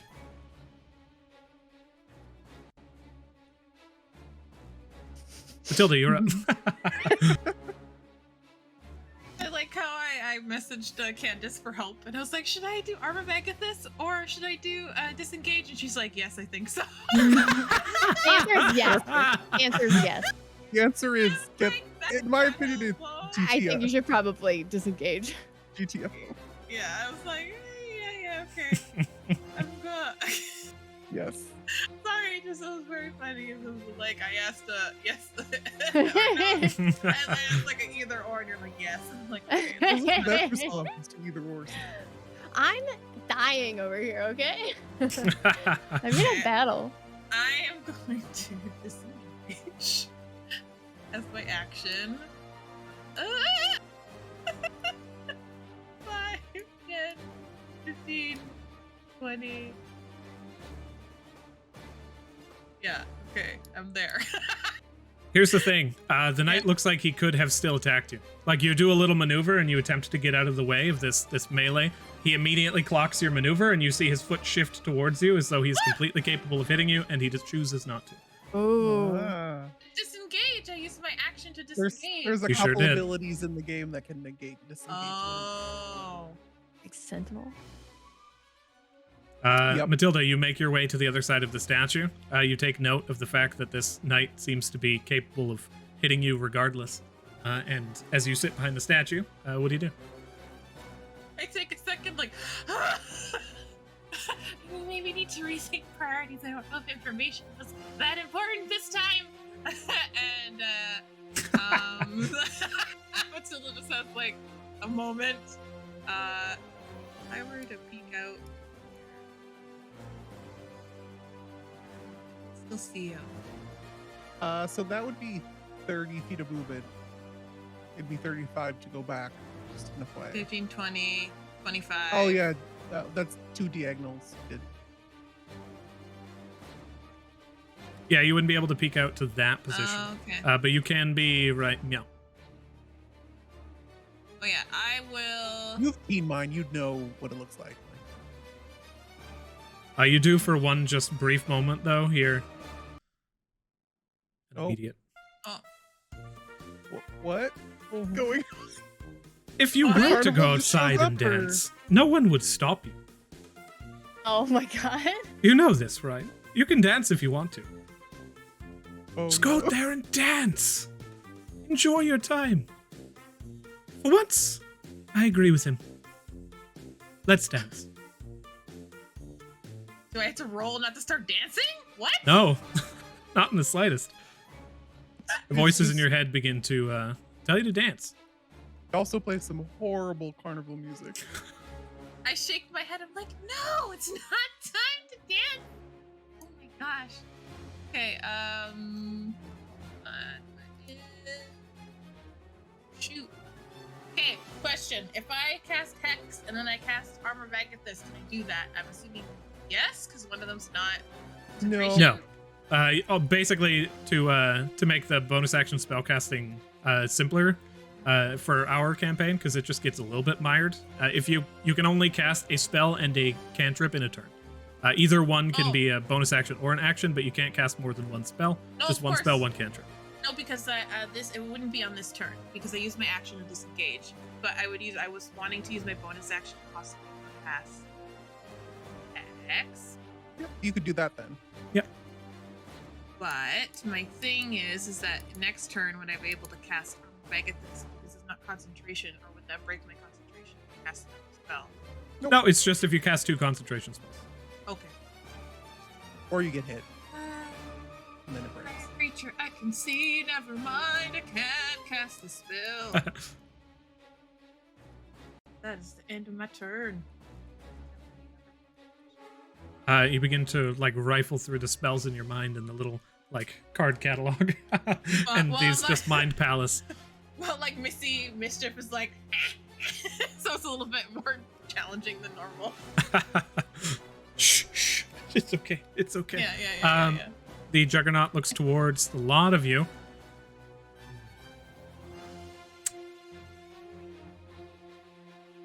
Stands its ground. You don't know why, Jojo, but it doesn't seem to attack you. It also is not attacking Matilda. but it also does not seem. It seems like it's prepared to attack you. Mo, seeing you fly over here, begins to fly over alongside you, and perches once again atop your shoulder, invisibly, Vincent. Says, "That was brilliantly done, Master. I dare say that your hiding is among the best."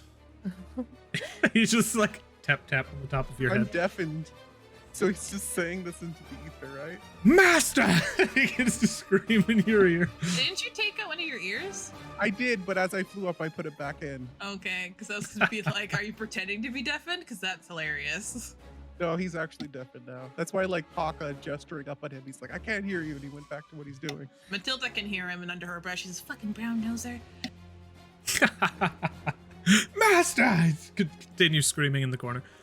Is he like pulling on Vincent? Like, because then he would go over and Vincent would literally put his hand into that area because he can't see him, it's invisible, and just like force him down.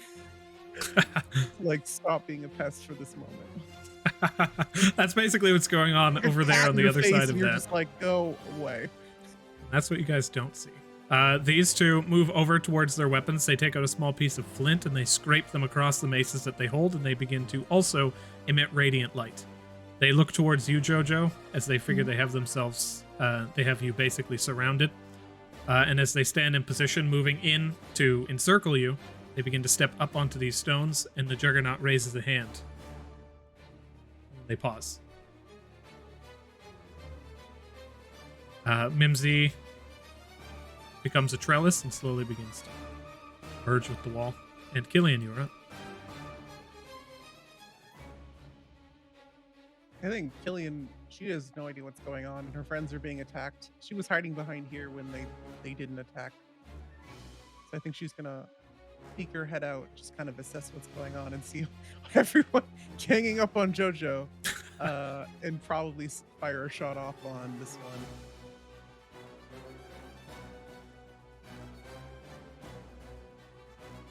I like the picture. She's deafened as well, so she's just like, oh god, oh god. Does Killian have heroism on her? No, that's why she's like this.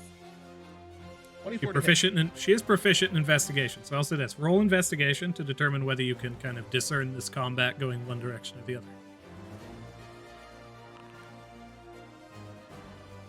16. Killian takes a peek out and sees the Juggernaut with a hand raised as though to halt the movement of the squires, and does kind of infer from that that they're not immediately attacking for one reason or another. Okay. Does Killian take the shot? Or you can also hold that action. Yeah, I think she's gonna hold it to see if they do damage, and she's gonna instruct Blade Beak to do the same. Except for Blade Beak's gonna like run around and go stand here next to Matilda. There's Just, one like, thing that I'll needs say. A body transport. Bladebeak scares the crap out of me. To be like, I'm not afraid of Bladebeak in general, but the concept of this metal bird that's mouth just and an energy fucking like saw appears, massive hunk of metal. What are you gonna do against that? But anyway, back to the fight. Also, this poor pseudo dragon here, I'm assuming, is not there. Is not there. Okay. Cool. Yeah, and that's the end of Killian's turn. She's gonna hold her action, aim her sights, see if anything happens. Like Beak's holding their action to back anything that gets hostile towards Matilda. And Jojo, you were up. And Jojo's seeing that she is. They're not attacking her right now. No, he like Doesn't seem literally like it. gave Yeah, like, a yeah. hold signal. They're not attacking her right now. Gold symbol. And her friend, like, they're really fucking strong. She is going to look back at the statue and back up at the Juggernaut and reach into her bag and pull out one of those 10-pointed suns and hold it up to hand it to him and say, I'm not involved in this. I just want to understand. The like massive gauntleted hand reaches down and picks the holy symbol from your hand, looks at it for a moment, and then looks down towards you.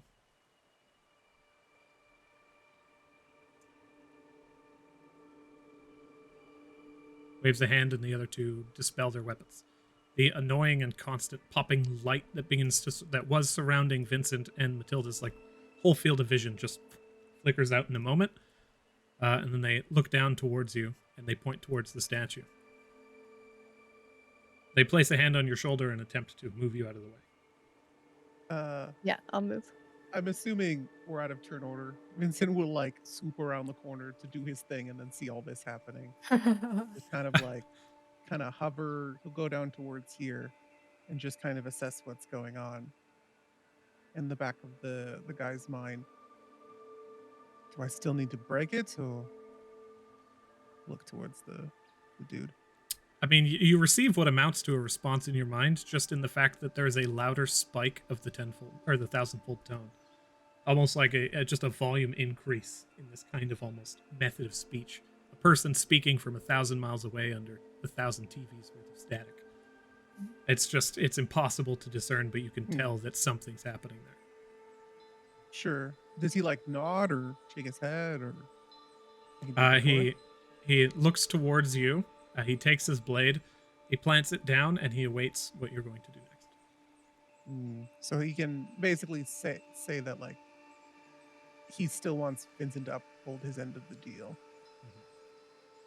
Okay. Vincent will come in. He'll fly down to about here. I would move, but I can't move my character. So I will give you free reign. He'll hover 10 feet above the ground and then look towards JoJo in her head. I know you want to figure this out and everything, but I think this is the safer manner. I know. We can always do this another time when we're stronger. And then there's a bit of a rumble and an explosion as he casts Shatter over top of the statue. I like the visual of this, because Matilda's also just behind the statue. She's not in range of it, but you're sitting there and rifling she's through. not gonna get hurt unless a little bit of rubble takes off of her. But yeah, you suddenly hear the sound of movement halting. Jojo, this night places a hand on your shoulder and moves you out of the way, and then the statue above you blows up as there's just this aura of this aggressive, thunderous force above. The statue just from the top down cracks and then explodes outwards, and you see the entire form, top half at the very least, of this statue of the Moon Maiden destroyed. The knight gives a nod, holds on to that holy symbol you gave him so tight that you see blood begin to draw down as it punctures through his padded gauntlet and just impacts into the hand underneath, and then he lets go, looks towards it, waves the hand, and the blood dissipates immediately as he hands it back to you. Places it against your chest and then just pats it. What symbol was that again? The old Altisha Altisha symbol. And Jojo will take it. The mouth opens. He says, "We will bring justice." For who? For the true goddess. He basically steps on top of this statue and then begins to stride forward, just slams into the ground next to you. Matilda looks over at you and then continues walking. You see him pull into a small pouch on his waist, and he produces a key. Places it on the side, turn, as the entire doorway places a hand on it, and the door that looks like it would take 10 men to open, he pushes open. He begins to stride forward. Matilda, dear, are you okay? Since it will mentally connect. Yes. Sorry about that spook. Sometimes it's hard to control how much it spreads. Yeah. We going? I think it's best. I didn't see anything else in the area. Trying to adjust Missy Mischief. I don't know how they're stuck still in the rope. Still completely ensnared. It has done no damage to the rope at all. Huh. As everybody begins to gather in mass, looking down the pathway, you see a long road from where you are. Around you, the trellises just sit. Also, Beyond the doorway, just do a little bit of a thing here. Beyond the doorway, as it opens, you see a long trodden pathway leading up a hill.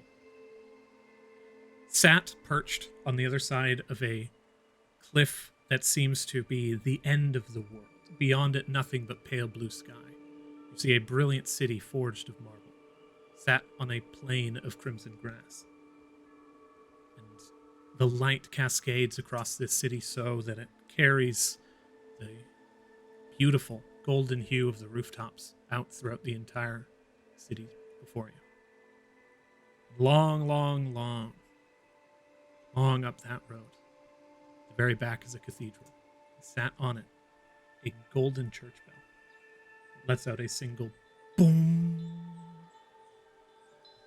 And then another boom. Heralding the 6 a.m. morning chimes. deafening thing Vincent just puts on, by the way. The bells are not his friend.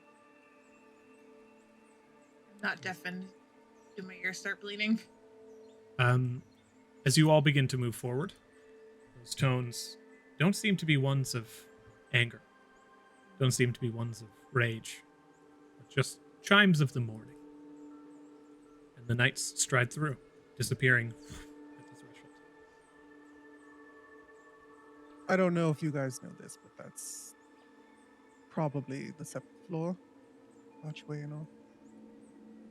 You glance, you look at the stone arched doorway, and you can see sigils of the dungeon as you begin to look into it. This is the ash gate for the floor. That one bothered me. I could tell. Next time we have La Plan going, we have a moment of weakness, just let us know. I don't think it's a weakness to question what you're doing. They said something about the true goddess. We came in through the Enthean door, right?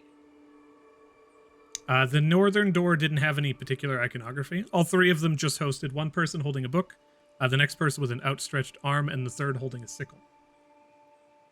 Okay, but the inscription on the door, the symbolism wasn't, but the language on each door kind of led you to think that it pertained to either one of those groups, right? No, I think you guys were just saying that the northern fight was the Enthean fight, the southern fight was the Lodumnian fight. Okay. And then as you guys came through the northern one, you guys were like, this one's the Nth one, this one's the Lodum one. And then the middle one was broken.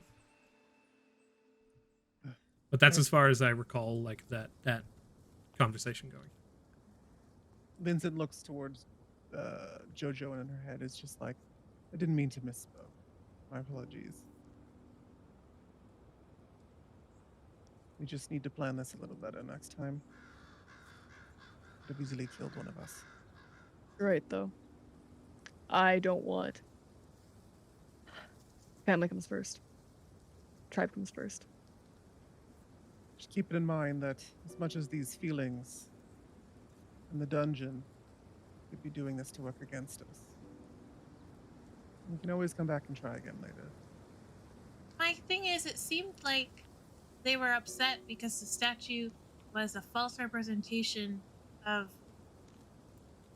their goddess. So even though it just seems that there was really it wasn't so much a moral question, Jojo, as so much as how were you going to survive the moment kind of question. Because I don't think there would have been a right or wrong way. No? It just really depends on whose side of the fence you're seeing it from. I don't know, we just don't know enough yet. No, that's very true. We'll do some more research, but he did say that it was something about the true goddess, so maybe someone's appropriating an image and it offends them. Paka, did you do a scope of the area? Was there any hidden treasures or hidden pathways? Yes, I did that, but I'm gonna do it again. But you don't have to look. Paka just begins to. He's super fast. Like Vincent just smiles, and by the time the smirk goes away, he's already back. She's like, yeah, second time, still no stuff. Nothing the- attached to you, though.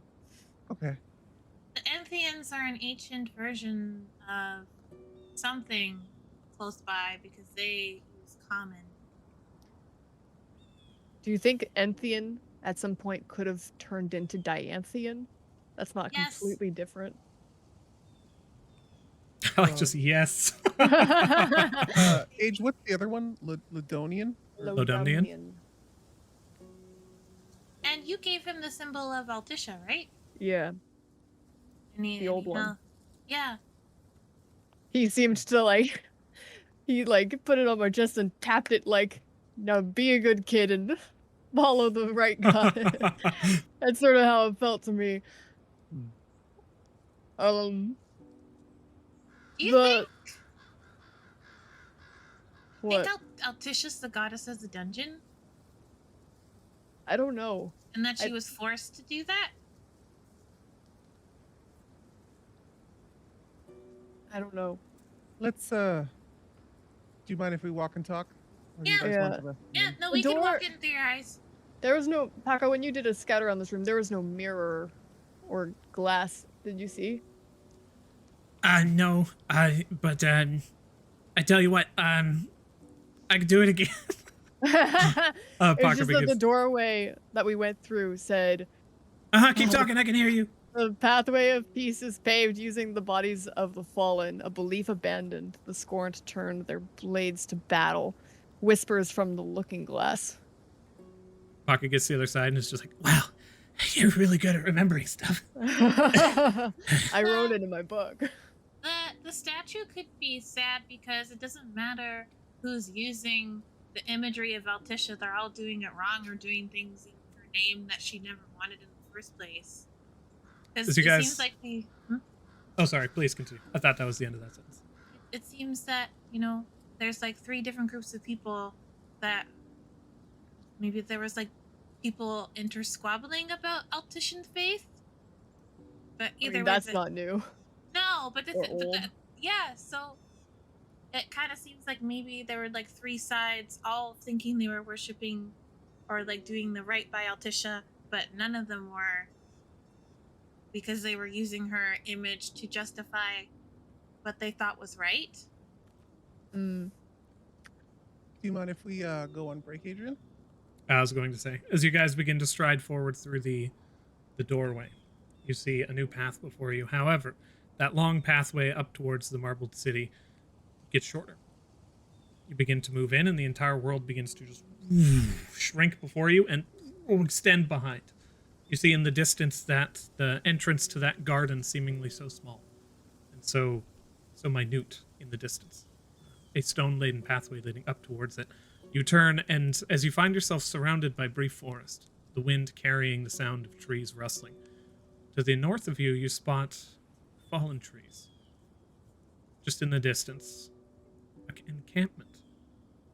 You hear the sound of armor and feet shuffling. You hear revelry and laughter. You see the trodden footsteps of a small army. You all enter into the area. Looking down the long pathway, I will bring you to your new map. 7th floor. Actually, at first, I need to not have Vincent flying at 40 feet. He's still flying. Oh, I wish that's so cool. He like walks in. How high up are you?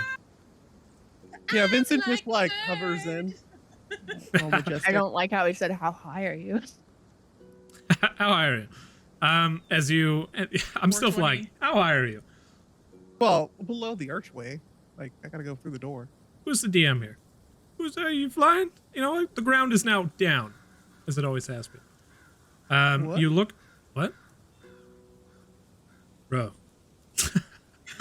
You stare forward. How high are you? 420. Thank you. You finished the joke.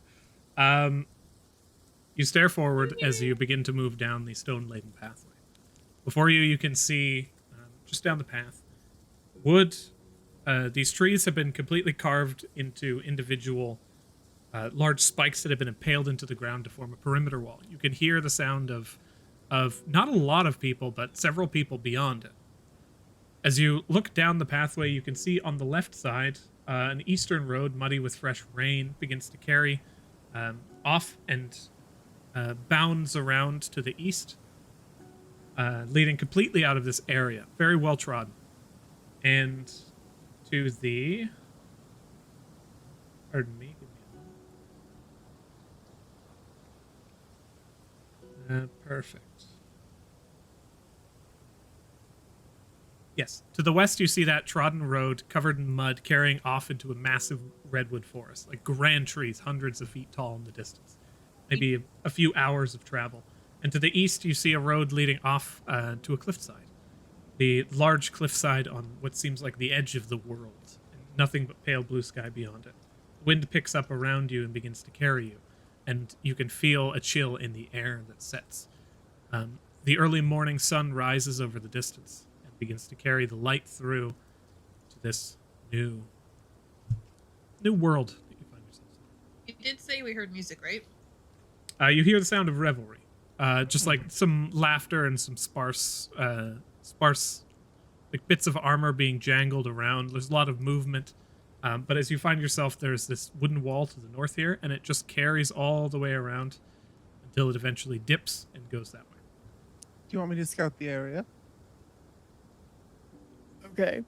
And then just flies up. How high do you go? He'll just go up like 60 or 80 feet. Are you flying in open air stealthily?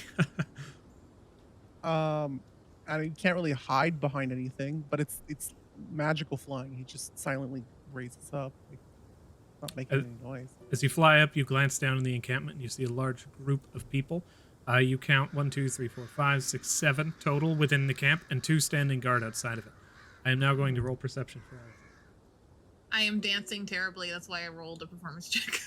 Love if they don't notice the purple wineskin tiefling. Flying in the air. Thank you for specifying. He's wearing a nice like black suit, and he's actually, as Vincent flies up, if he sees enemies, he'll take his cloak and wrap it around him and change it to the color of the sky. Ooh. I would think it would be very funny if they didn't notice Vincent, but they noticed Matilda and her terrible dancing. I rolled a group perception check for everybody. In this instance, I'm gonna let you roll stealth because you actually have something that would allow you to do so. This is a good idea. Let's be stealthy. Okay. So let me go ahead and check these ones. Blanket floating in the air. What's this? It's a weird cloud, guys. Don't question it. Disguise yourself as a cloud. I love it. So you could hear from the inside of the encampment, the sound of that revelry dies down. Vincent, glancing down, you see one of the soldiers who are sitting at this fire, just like slowly poking at the embers, beginning to end it as the early morning has come. The soldiers are moving out and about, and they're beginning to pack up their things as this one glances up into the open sky and begins to look, and then sees a flash of some weird cloud begin to cover itself and then disappear, and they stand immediately at attention. They move over to this soldier, shake them, point up, and then the two move over to this soldier. Vincent notices them looking at him. He's gonna freeze and not move for a bit. And he's still connected to Jojo. So there's an encampment here of about, I don't know, 5 soldiers, 2 other squires, and a knight. They've noticed me, but they're not quite sure what's going on because I look like a weird Yeah, you look like a cloud. So I'm like a gonna real chill here for a square bit, but maybe go to cloud. the south of it, maybe behind that carriage there. I was going to See if say you can hide. Oh, okay. there's a weather nerd at the camp. And they're like, that's not a cirrus cloud. That's not the right weather for those. That's not Stratus. That's although Cubus. I'm not going to let you lie like this about clouds. He's not a cloud. Whose side are you on? Strange dice are not schooled in cloud theory, guys. Jojo's gonna like theory. wave to everyone else to follow her, and then she's gonna like she's gonna try and stealth around behind this carriage that Vince told her about. You Here's should be what's able to gonna see happen. behind this carriage. It's currently You blocking get- him, which I think is odd. From where you are, I'll say that you get 30 feet. Same with Matilda, which would put you, I Okay. think, here. As you move, you're still holding the pseudo-dragon that's just like Sage, trying to Can chew I- itself out. Yes. can I ask you a question before you trigger this? I'm 50 feet in the air. I should be able to see behind this carriage, but it's completely blocking my view. You can see behind it. Go But ahead. I can't. This is a 51-foot carriage. It's the stupidest fucking thing you've ever seen It's in a your tower entire carriage. life. This one is 15 Power feet on tall. wheels. I have Okay. fixed it. Okay, so I don't actually see. I just wanted to make sure there was no dudes over here. That I was just being like, go over there. It's fine. No, But yeah, no, you would know that there's no there. Okay. There is none So as the knights continue to move, you guys all begin to shuffle. I would say everybody but Vincent begins to move. I'm stealth dancing. Also, Age, they Mimic is just technically gonna go could go straight. this way. It's faster. They don't need to go around the wall. They would need to hop over this wall stealthily. And that is the most dangerous thing anyone has ever said in Dungeons and Dragons. We know better than to deal Tangle with, fences. yeah, mess with fences Yeah, fucking fences. As you, Still every time. PTSD from last campaign. I heard from last cafe. Fences Oh, and no, orb, campaign. baby. As you guys begin to move in, you make it to about there, and then the knights get a chance to move. They begin to muster. Going over here, these knights begin to speak to that one. They've gathered this guy. They get their full movement. The squire will move to the doorway, open Also it. Cupid. Yes, and also It's Cupid. gonna take a while for them. Age, I feel like they can all like quickly scurry behind here before they gather the entire encampment and open a heavy door. They're not. This squire moves over. So one piece of information, Vincent, that you also shared with the party is that this encampment contains both Lodumnian soldiers and those gilded knights that you had just Yeah. previously. Oh, the golden boys and um, gals. Slow that's, Dumnian? that's their bowling Yeah, name. Lodumnian and the Yes. Golden Knights. Both of them. Oh.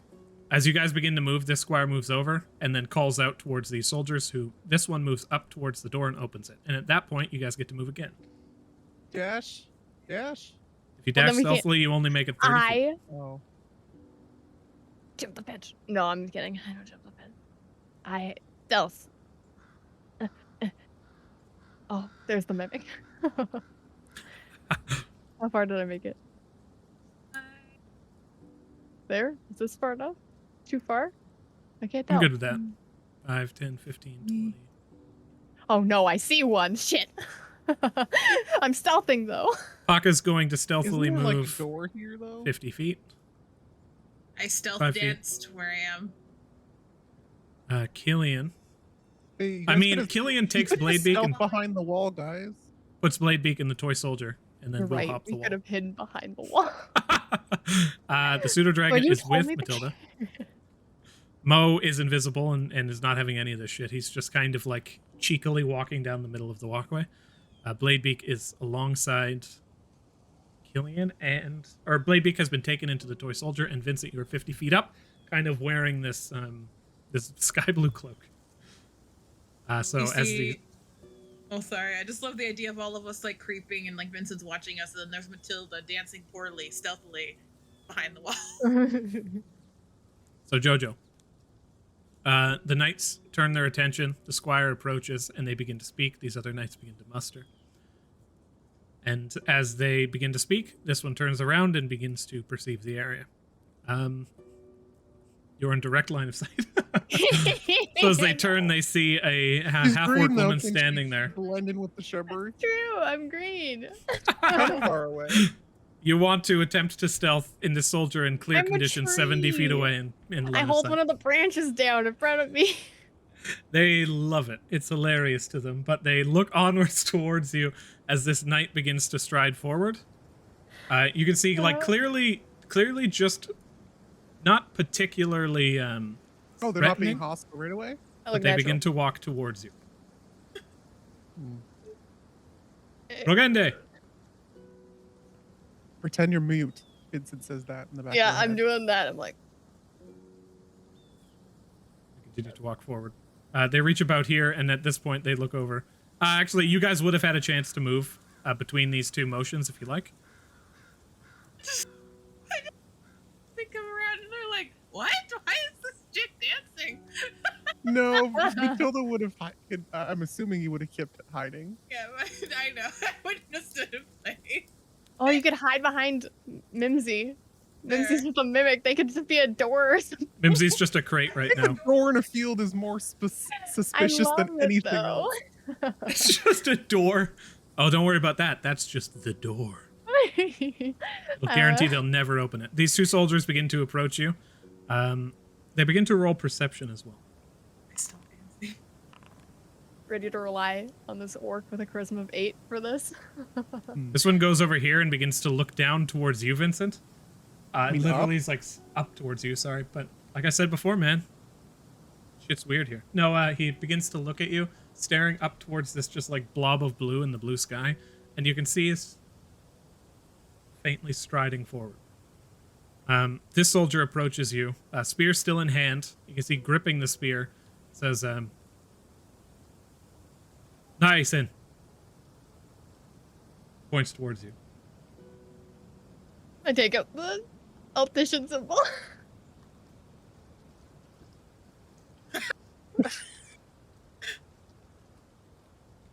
Walks over towards the carriage and opens the door and then points in. Oh, I go inside the carriage. Cool. there's like dead people in there. You stride into the carriage, you sit down. It's basically like open flaps on the side. There is no solid walls, so you can literally just peek out at any time. He puts you in the carriage.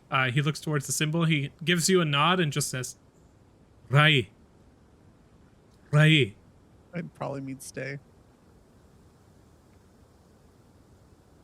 Give a thumbs up. He looks towards you as though you just gave him the middle finger.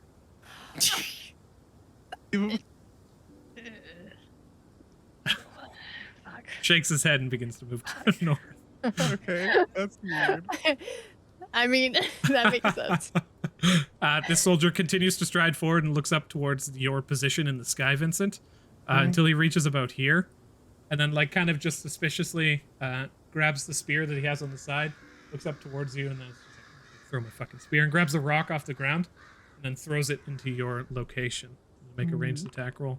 It just doesn't make it anywhere near. It gets like 40 feet up and falls, and then he looks. Then you can see him suspiciously begin moving back towards camp in a similar fashion to the other one. The two are now kind of moving in towards the encampment. This squire has gone inside. And as they are doing so, you guys are all but left alone. This one soldier is keeping an eye on the carriage. Can they still...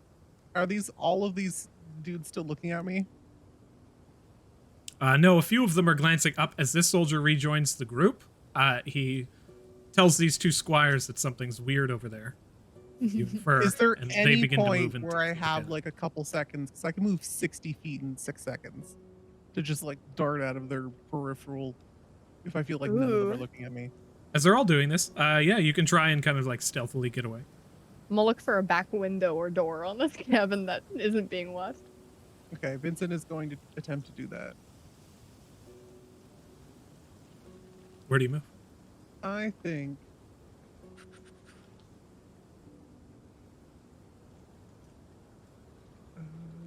he'll go here. He'll like hide behind this. Actually, he'll go behind this tree here. You fly down to tree height. Yeah, and he'll turn his cloak like green, so he blends in with the shrubbery pretty well. Then he'll just kind of assess what's going on above the carriage. You just kind of fly down stealthily as possible, kind of lowering yourself now below the height of the walls. You make your way to the back of the tree. Oh, no, you're still above the walls, but you can no longer see the knights. You bring yourself down and you turn into that fine green. Nobody seems to have noticed. I did not roll for this guy, though. Nobody seems to have noticed you. This guy is paying attention to the carriage and is just keeping an eye on it. Jojo, you kind of move to the other side of the carriage. So do you close the flaps?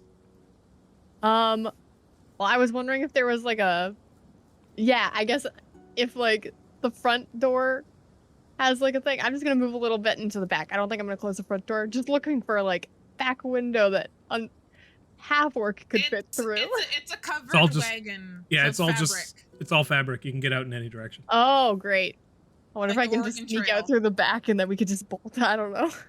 She like goes to the back and like whispers to Matilda, Yeah, right there.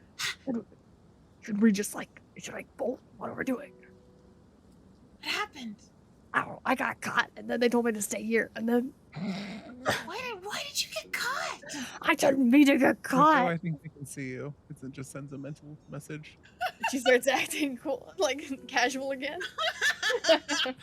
You move over to the And by side and that you I begin. mean she does not act casual at all.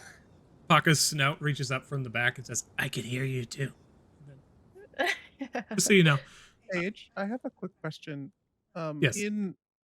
In our normal place, like back on the material plane, common is the language of the humans, right? Yes. Well, common is yes, basically. Just because the humans are very, very widespread. Common is a common tongue. Mm-hmm. But the humans pretty much exclusively speak common unless they speak something like Cyrdan, or various different dialects. Yeah. I'll Jojo, you might be able to speak common. It is the old language of Altisha. They might know it. Could be just a different dialect. I'll just think that common came from Enthians and these are Lodemnians. I think all humans have common. I don't think it's a specific one, but seems It's odd. like Vincent being really racist to humans. Like all humans sound the same. They All do. speak common. Well, All humans speak the same language. Yeah, I just mean like if we had to choose. No, of Vincent's not course. going to get mad if you're like infernalist, like devil. Like yes, it is. That's a yeah, fact. I think I should go 360 and just speak giant to them. As you turn I around don't and you think begin that's to gonna try go and over act as well as cool, you go think, ahead and buddy. roll deception. Okay. You're just starting to speak giant to them? What? I think I might. 6. 6. Okay, insight. You still have that inspiration. I'm not gonna spend it on that. The knight begins to circle around. I'm going to attempt to roll stealth for Paka. No, my Paka bean. Haka's pretty stealthy. The knight circles around to the side, and Paka just under the other side. He glances over and tries to see who you're talking to, and then begins to Matilda's circle around the other boots? side. Because like the carriage, you can see That's- underneath, yeah. right? Yeah. I can you tell see that- my boots. That's Vincent under the rolls carriage. his eyes. He's gonna climb. Can he like float down out of the tree and land on the ground and change his I cloak I back to could normal? be stealth. I don't know. Did they see my boots? Do they know there's a? And then he'll walk out. Try and The soldier distract. immediately takes note of you. What do you look like right now? Kind of looks like a noble. He's a tiefling though. These guys haven't been like particularly racist towards tieflings thus far, but they've kind of attacked everyone. This But guy he'll- looks. He's gonna come out Yeah, like that's- non-hostily. He doesn't have any weapons drawn or anything. This guy looks towards you as though he's staring at the ninth wonder of the world. As 'Cause you I don't begin know, to show yourself Jojo and you wasn't stride bored. forward, he grabs onto both sides of his spear. He holds up his hands like it's fine. He's not a threat. Rende calls out. You hear the sound of movement within the camp begin to stride forward. What do you do? Vincent will walk forward.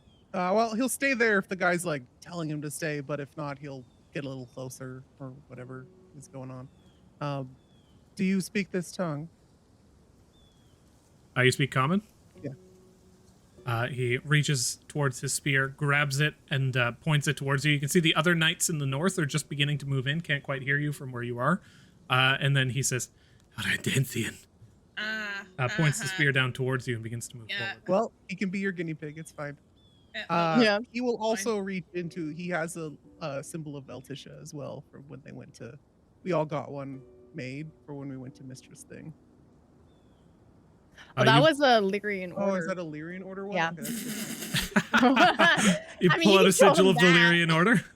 Yeah, do that. No, That's I that'd feel be like great. I feel like that. Would that work? Yeah, I mean, Oh yeah, it hell. has kind of Altisha symboling. It's like a sun with a hand, right? No, that's the porcelain the symbol hand. of the porcelain hand, yeah. There's Okay, so many symbols. Valyrian order is Altisha though, right? No, the Lyrian order is a mercenary group. Okay. They're just like two crossed swords over something else. Okay. He is. I'll just go to take a trinket out. There's none there, and he'll subtle spell prestidigitation and show him the trinket, and then put it back in his lapel.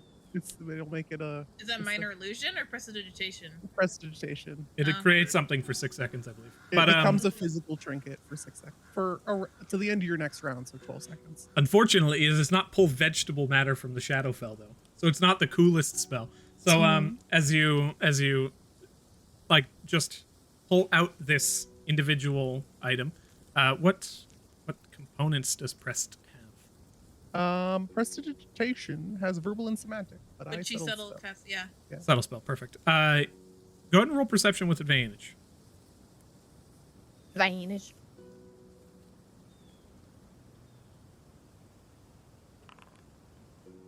It's not a bad idea to speak the language of your enemies. 15. Ooh.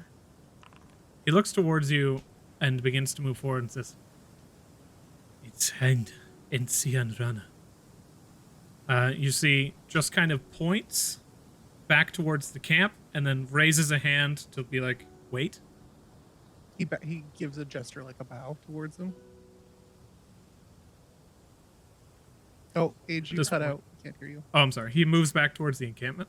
Most of the soldiers at this point have reached the outer area and have already gathered en masse. One of these squires is literally like walking on the top of this wooden walkway like it's just nothing. Striding along the top. The other one has kind of just strided alongside them. As this soldier and the knight, as far as you can discern in command, begin to speak, they switch places. The knight begins to stride forward. They notice us idiots in the back of the carriage or not yet? As they walk forward, they can actively see you on their pathway. Cool. What? They Just can't kind of see glancing me? over. You can see Baka. See Killian. But can you see me? No. Yeah. And I'm the Jojo's idiot this just time. looking cool. Ildven. Sky. Are you speaking giant? Giant. He just cocks his head and decides to ignore you for the time being, but takes an interest and now shuffles over to the other side of the two of you. He looks towards you, Vincent, and says, "You are fleeing, then?" Assuming what's going on, yes. Me and my compatriots, and he'll look towards Jojo. Ben. It looks down from the pathway that you guys, like, just walked. I'm gonna roll investigation for it. Does it matter what direction? We could have looped around many times. Let's see where the conversation goes. Where are you coming from? Mm. Do we know anything about the dungeon? What are some of the town names? Wayside Inn was a What about, place. what about like where is would it make Loader. sense There was that that city Soul or something. would I was gonna say would it make sense if we are refugees from Somme? Oh. That's what I was thinking too. That was Somme, not Soul. That's the best he's got right now. So we're from Somme.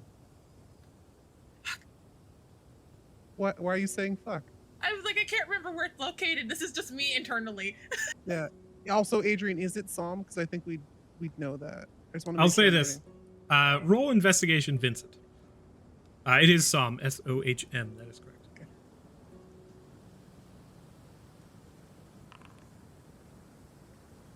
13. You usher out that you are from Sohm. And Does my investigation allow me to know if that's going to be a horrible idea or not? your investigation does not grant you any additional insight. Okay. But as you look towards them and you say you are refugees from Sohm, he looks upon your visage and says, "I have never seen one of your kind. I understand. Were you one of the experiments? Oh, whoa. What? The father of terror?" I don't know where I'm from or who made me specifically. But perhaps that could be an inkling to where I came from. Sohm is a terrible business. But it had to be done, I'm sure you understand. You are devout.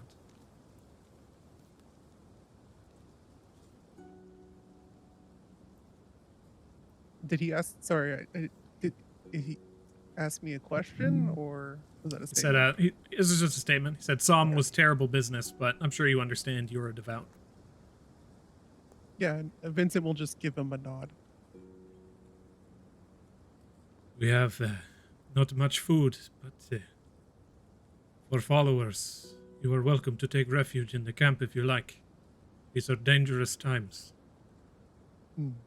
War has been raged for dozens of years. These are not safe roads. There is more of us. Yes. Some are different as well. Are they allowed in? I have tasted the terror flame myself. He reaches up and grabs onto his helmet and pulls it off, and you see the entire side of his face is scorched with a crimson as though painted. But like the whole left half of his face is just mired by burn marks. He says, Sorry, You see the left half of his mouth is like almost melted closed. Mm. He says, it is... I understand. You will find no hatred here. The mother creates all. Vincent grew up around Altisha faith because of his mother. He knows a couple sayings of hers, right? Like, may your light guide you is like one of hers, right?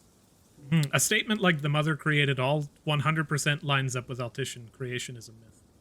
Okay, he'll respond with basically what would be akin to a response to that.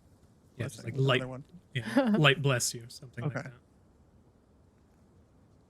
that. He gives a nod and then calls back towards his people and says, Rafegi, they come. Dick. Do I need to roll a deception check, or is my passive deception just that good? You seem to have like safely, at the very least, confirmed passage throughout this area.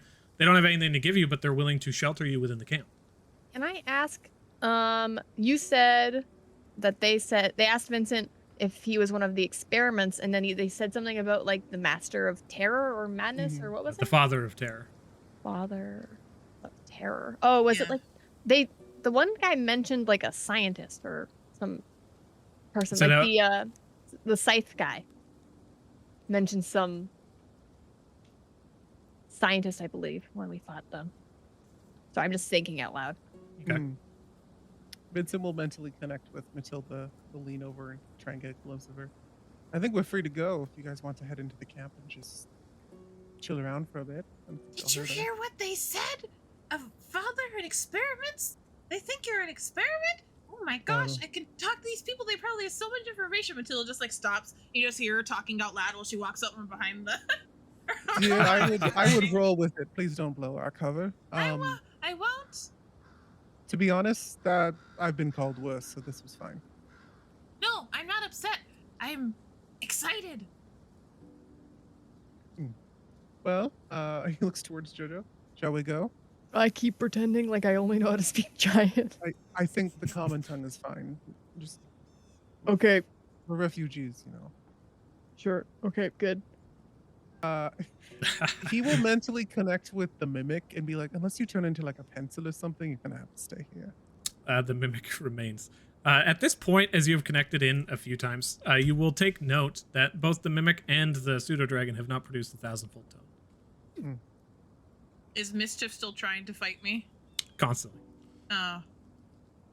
They're not unintelligent. You can see when you guys began to hide, Mischief did calm down.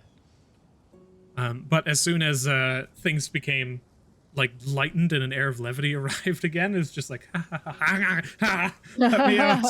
Vincent will, seeing the struggle, connect with the pseudo-dragon. I feel like you can understand me, even if you don't respond.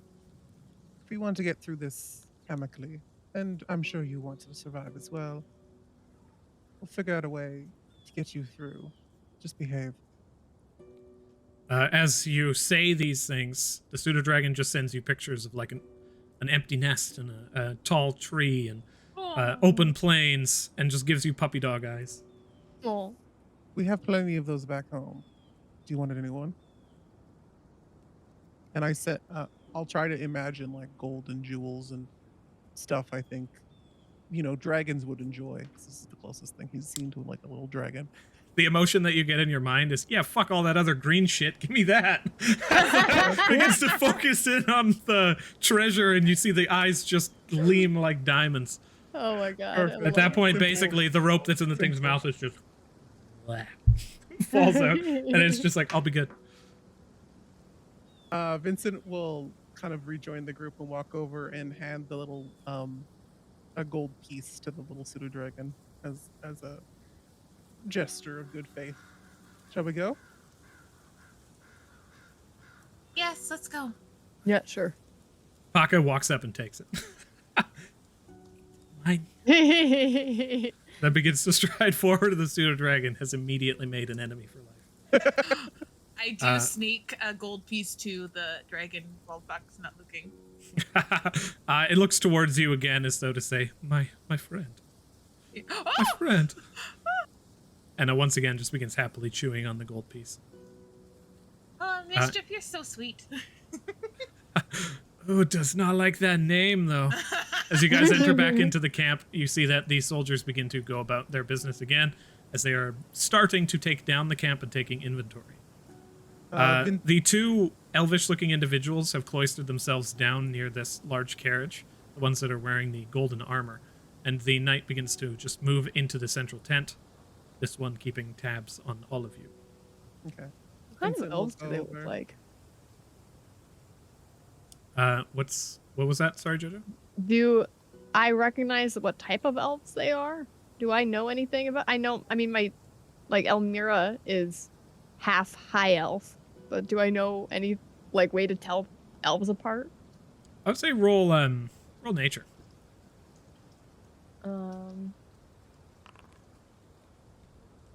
Ooh, absolutely not. They all look the same. 7. Wow. All you can really Wow, discern, Jojo. because you are in close proximity with a half elf almost all the Yeah. time, and you have seen Theo, who also kind of portrays a completely different vibe from the half elves. These elves provide a completely different vibe from Theo.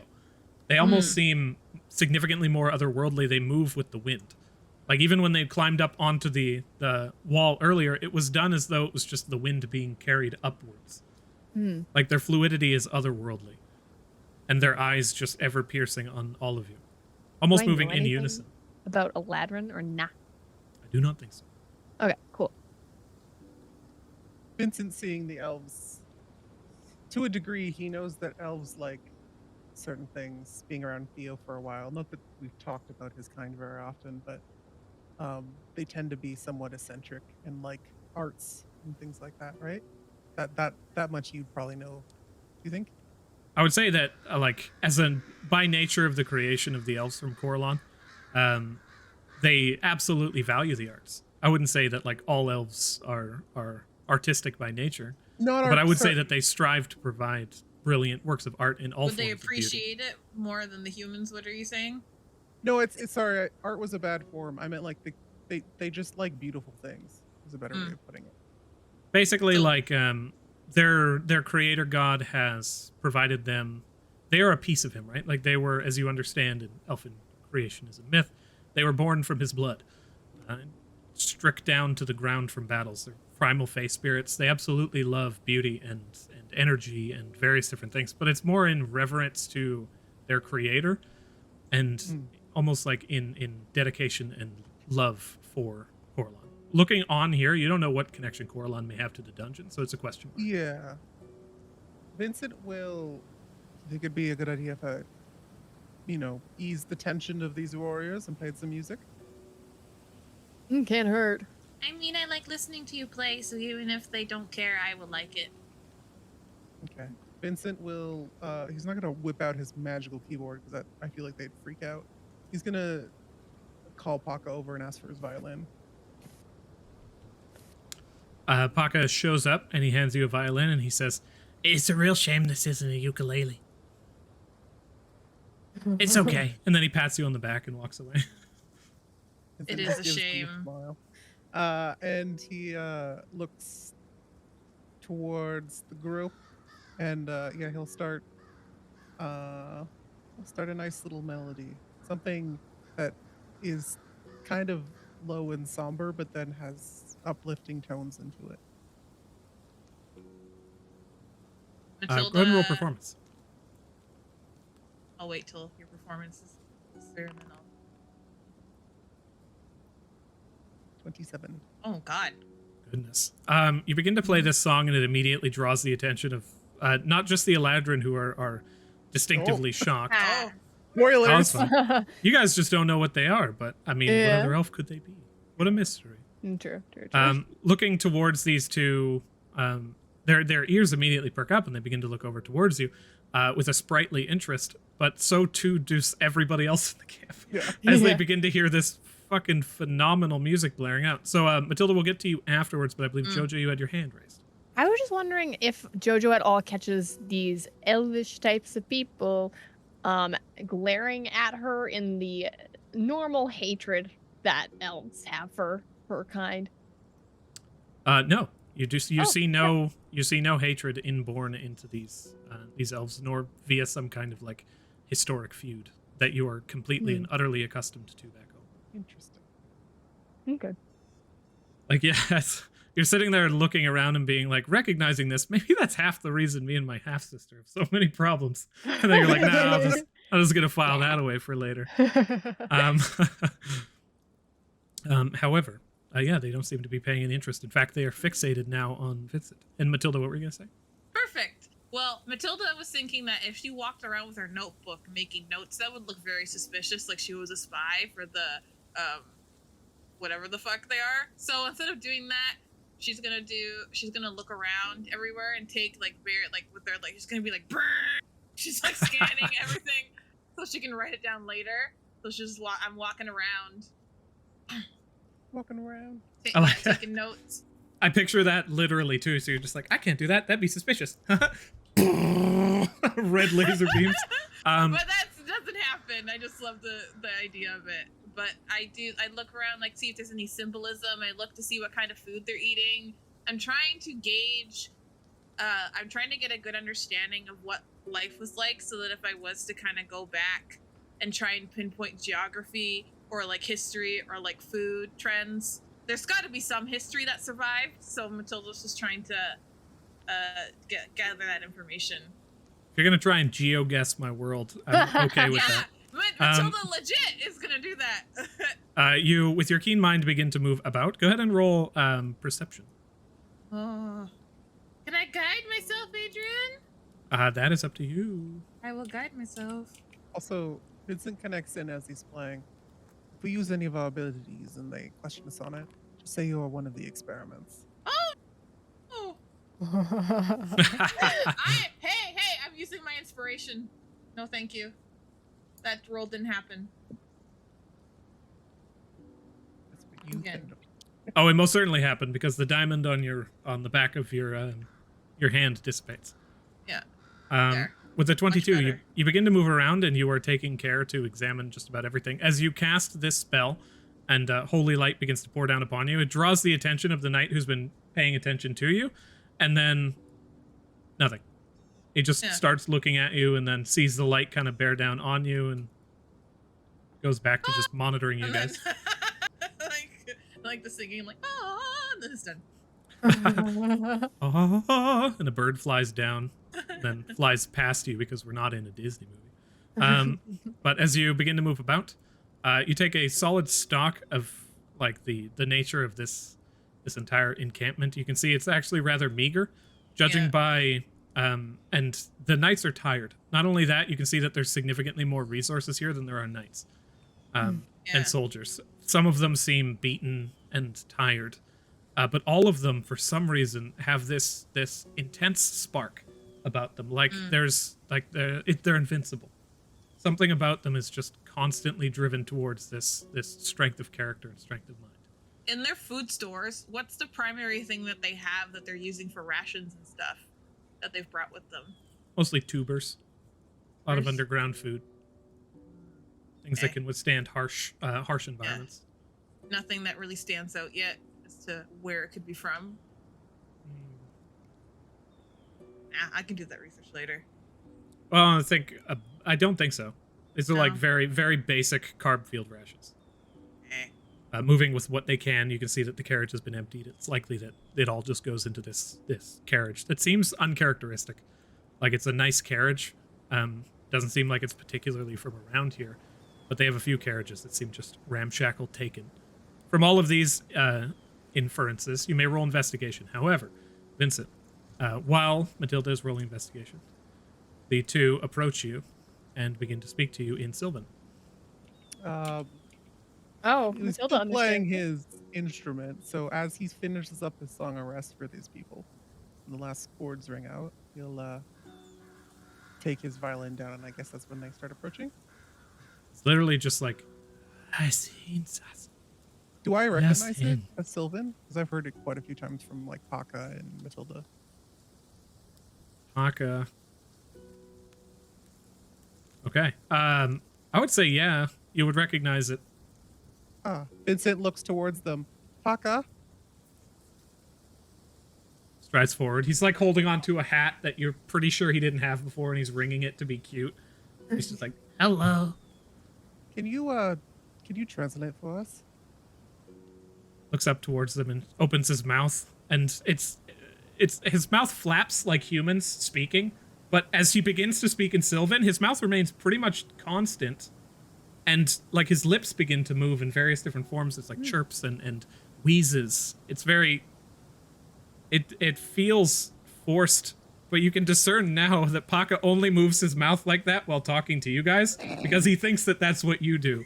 And as he begins to speak to these other ones, and his mouth is just vibrating. This creature, he doesn't need to move his mouth. Seems like he has more organs than you give him credit for. But he begins to just whisper out to them, and they turn towards him and cock their eyes, and almost seem to, like, they move forward and, like, push him slightly on the chest, and he moves backwards, and then tears up in one eye, and then they move back, and they're just examining it. And he says, I can. They pushed me. Can you let them know that it's not polite to push? Not polite to put. Oh, yes, hen. And then they kind of just like look over and just enjoying this minor bit of mischief. And they'll basically just ask them what they want. I will switch over to the Elidra now. That song was beautiful. I've not heard its kind. What do they call you? Let them know my name is Vincent Goldwater.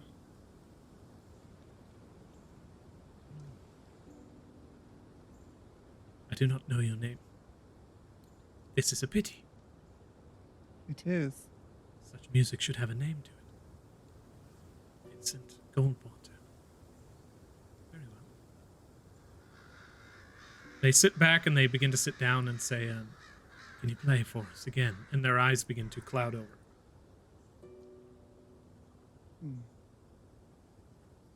In exchange, can you tell us what's been going on here? We're new to the area, so. The Knight Commander opens the side of the tent, and you see the two squires like shore up. And he says, I think I could help you there. It's not exactly known to them either. Are they also refugees? They are members of the Wrought. They are elite. They are not from here. They're from the bottom of the plateau.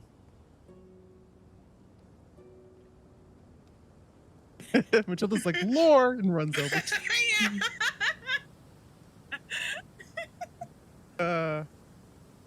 He basically let them know I'll play for them later after we're done speaking. Paka reiterates that, and they move over. They kind of hop onto the top of this carriage and just begin to focus in on the wind and the trees blowing past them. They begin to speak to each other in hushed sylvan tones. I apologize if I interrupted anything. Sometimes music can help ease wounds. And at this point... Oh, sorry. I was going to say, just as much as medication can. At this point, Matilda, your investigation concludes. As you were looking about throughout this entire encampment, you take note that basically, like, these people are on the move, actively. Judging by their diminished rations and their diminished forces, seems like they've had a really hard time. And as they are here, they're very dug in. They're either going to be gathering more forces within this location before moving, or more likely moving on, having suffered massive losses. What are the two elves whispering about? You have no way of knowing that. You are too far away. But I can hear them speaking Sylvan. Whispers can only be heard from a 15-foot range, and that's a hard DC to catch. Rude. Okay. You have to be basically standing where Paka is. You could go here. Maybe Paka's listening. He doesn't like it when people are rude to him. He's sitting there with a stare, and he's like, grrr. As the night moves forward and the rest begin to once again just kind of take a break, he says, you don't need to know the specifics, but it's time. This war is coming to an end. The hero is with us. Who is with him? He just says the hero. Oh. There's There's nothing left for the Mad King now. Who's the hero?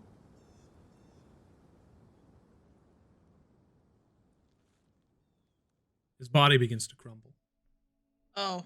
The armor fades, and you see the skin begin to melt. The flesh dissipates, and all you see standing before you is a skeleton. And so too happens to the remainder. This knight over here who has been keeping watch just falls to the ground, and you hear the armor clatter.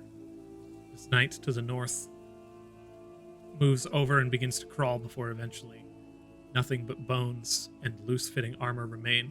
The two Eladrin that look down towards this happening don't seem to respond to it at all. Their entire bodies are lit in flame and then disappear like burnt leaves. And you are left in an encampment of the dead. As the sun shifts from the early morning to the early afternoon, you see looming over the horizon in the distant north, a symbol of a terrifying and omnipresent wolven face, staring down at you, bearing down at you, ever present and waiting. What did I just do? Shit! None of the skeletons are moving, right? Like actually undead. They're just like dead corpses. They are currently just on the ground, deceased. Is that my fault? Did I do No, that? Matilda, I think the dungeon just kind of like with it's on a timer of some sort. You said that there's a wolf face watching us. Is it like in the sky? Massive. Covering okay. it's like you're staring at it as though it's through static, like a form of this just massive, intimidating wolf that is looking down. God, it's like the moon from Majora's Mask. Jojo, as you begin to look over towards this strange happening, go ahead and roll perception. Vincent's gonna make eye contact with the Pop wolf. out the gambit. This massive wolven figure seems to pay you no mind. It just seems to almost be like a warning. Huh. With an 8, you stare at it, and it draws your attention, keeps your eye. It's impossible to look away. You feel like the moment you look away, your death will be certain to you. Is there any iconography in gods that we know that have a wolf symbol? None that stand out towards you like this thing. Can I try something? What is that, dear? What if we howl at it? I feel like if anything, that would just insult it. But feel free. And just say, give me Alright. 1 minute. Vincent will gesture to give his violin back to Paco, so he has his hands free. He'll look towards this opposing like sky mat basically in front of him. He's gonna try to see, because it's kind of everywhere, right? You said? It's pretty much looming over the northern pathway. Okay. He'll see this is a stretch. He's gonna try and connect with it mentally, but I don't know how close it is. Oh, miles off. Oh, okay. Then never mind. Would I roll performance or nature for my woo check? You're trying to seduce the wolf? Yeah. No. No, I'm just trying to communicate with it or something, or see if that does anything. Okay. I was like, why are you trying to woo the wolf? No, she's No, trying to I say said "Awoo," like, "Awoo, look awoo." at- Awoo, okay. I heard My my woo check. And I was just like, all right. No. Let's go in that direction. And this No. is suddenly R18, everybody. As you stare out towards the Tilda's a furry. outer, I mean, yeah, maybe. As you stare out towards the northern pathway, you attempt to call out towards the wolf, but there is no bearing. Oh. Like a mark okay. in the sky rather than a creature.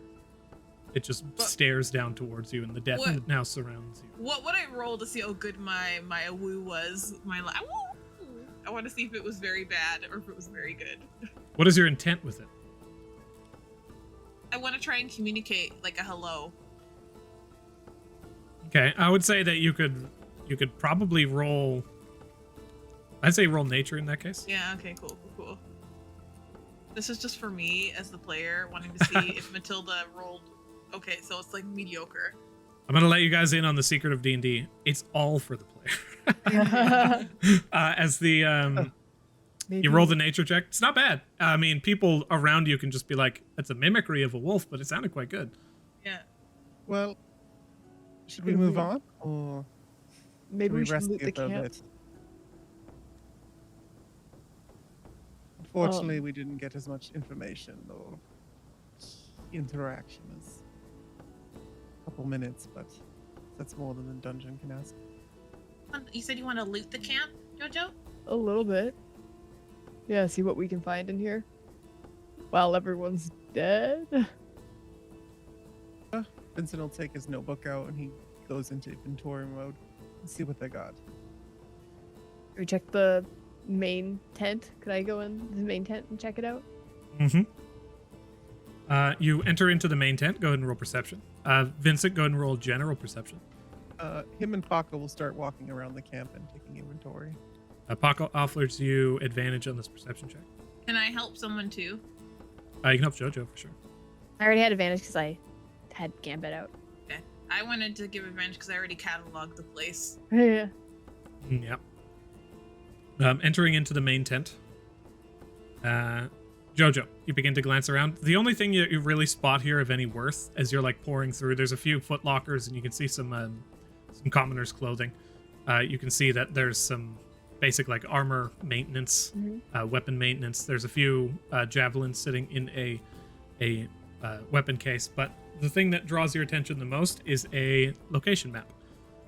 A map that sits between, it's crudely drawn, but it actually points towards a tower that is relatively far from the south of here, and then draws another tower just to the north east.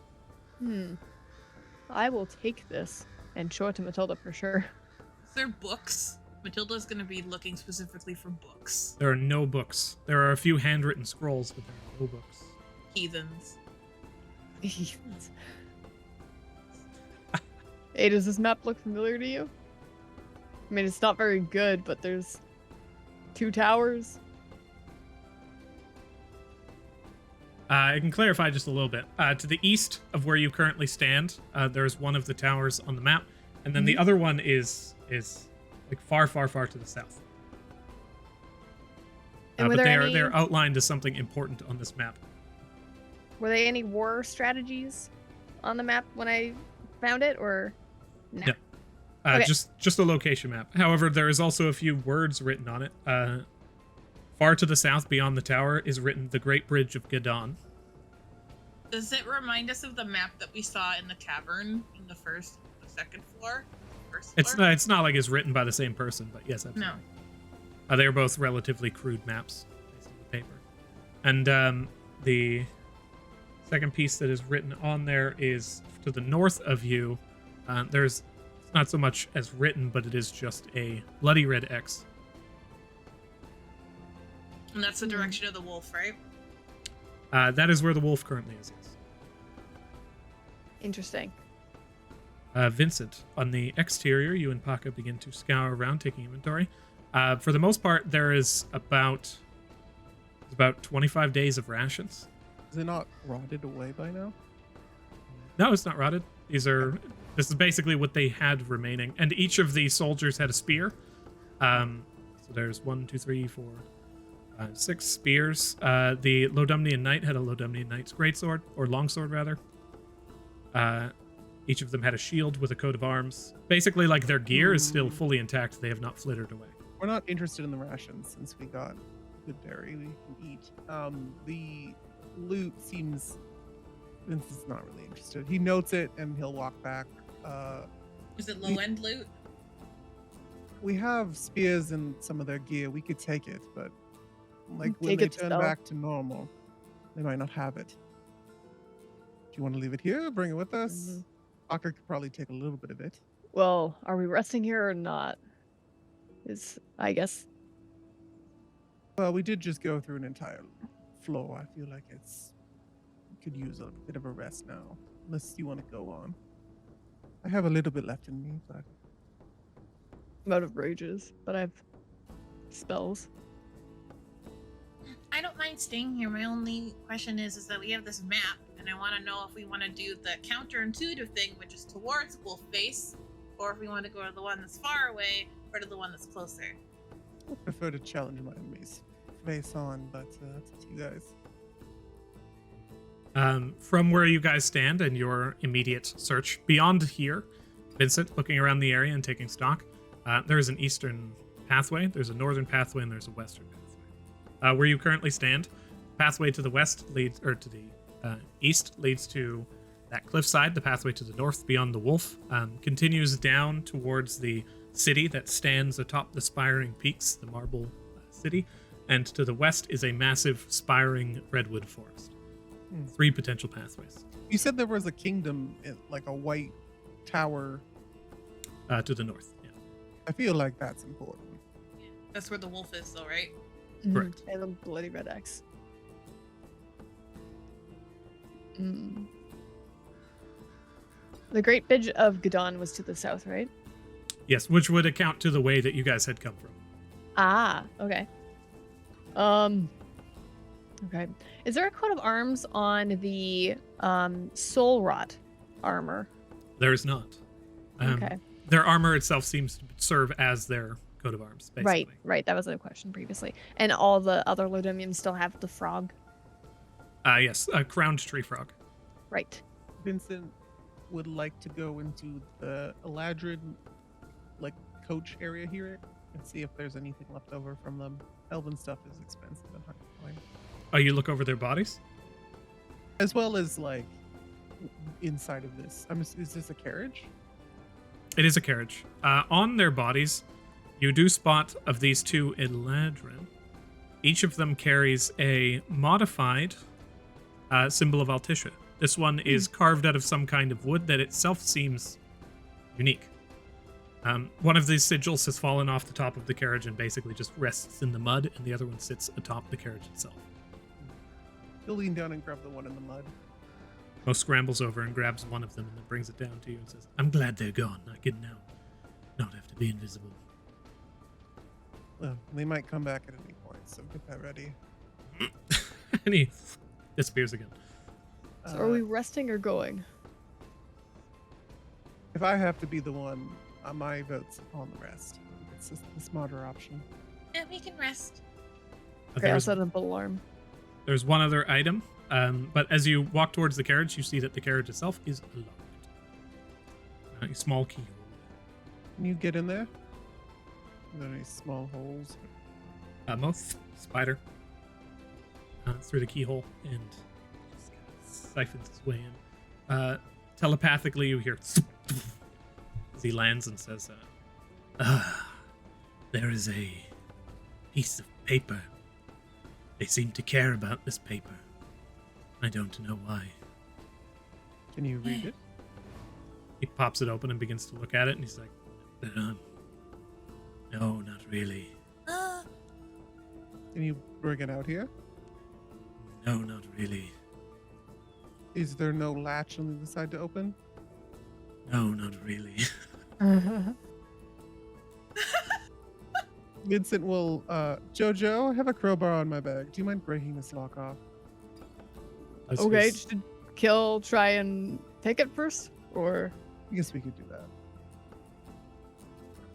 Any equipment it is wearing or carrying is not transformed. So basically just Mo leaves his backpack anytime he transforms. Yeah.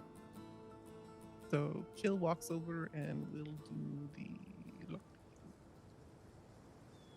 Okay. This is Thieves' Tools plus proficiency, so Dex plus Prof. Does make me laugh picturing Bladebeak just going and like fucking sawing down.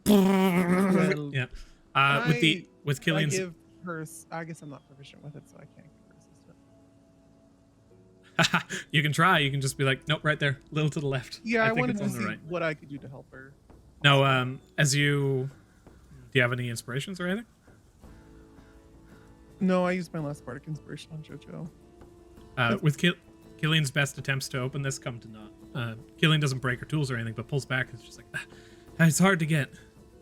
So, JoJo, can you break the lock? yeah. Instruct Mo to back up a bit. Oh, he came back out. Never mind. Guess I don't know that. Jojo, you go over there? Yeah. Go ahead and roll the hit. Yeah. I heard paper. Oh, am I What? doing a Well, hit or just using the We were crowbar? talking in To... your head, but yeah. You either one. Yeah. Is it still the hit or is it like athletics if I do the... If you're attempting to pry something open with a crowbar, I would say it's just a tool proficiency check with. So it's Yes. usually a strength check. It says on the crowbar, and you get advantage. Yeah, I want to with look at it. Crowbars give you advantage on strength-based stuff. Strength checks don't with a those- crowbar's leverage can be applied. Cool. Yeah, athletics with advantage. And then I can cast boost on myself to give myself an extra 1d4, huh? Yep. Okay. 20. Okay. I wanted this to be like 64. Like, cool. You place the crowbar on it and it No, sorry. incinerates. Pop it open. Latch breaks. You can see on the inside there's a small lectern that's built into the other edge of the carriage, and within the at the far back of it there is a single piece of paper that has been written on with golden ink. Fancy. Adrian, I'm stuck in the tent. Matilda's been running around bumping into the walls, but there's no way for me to get out. So Sorry about that.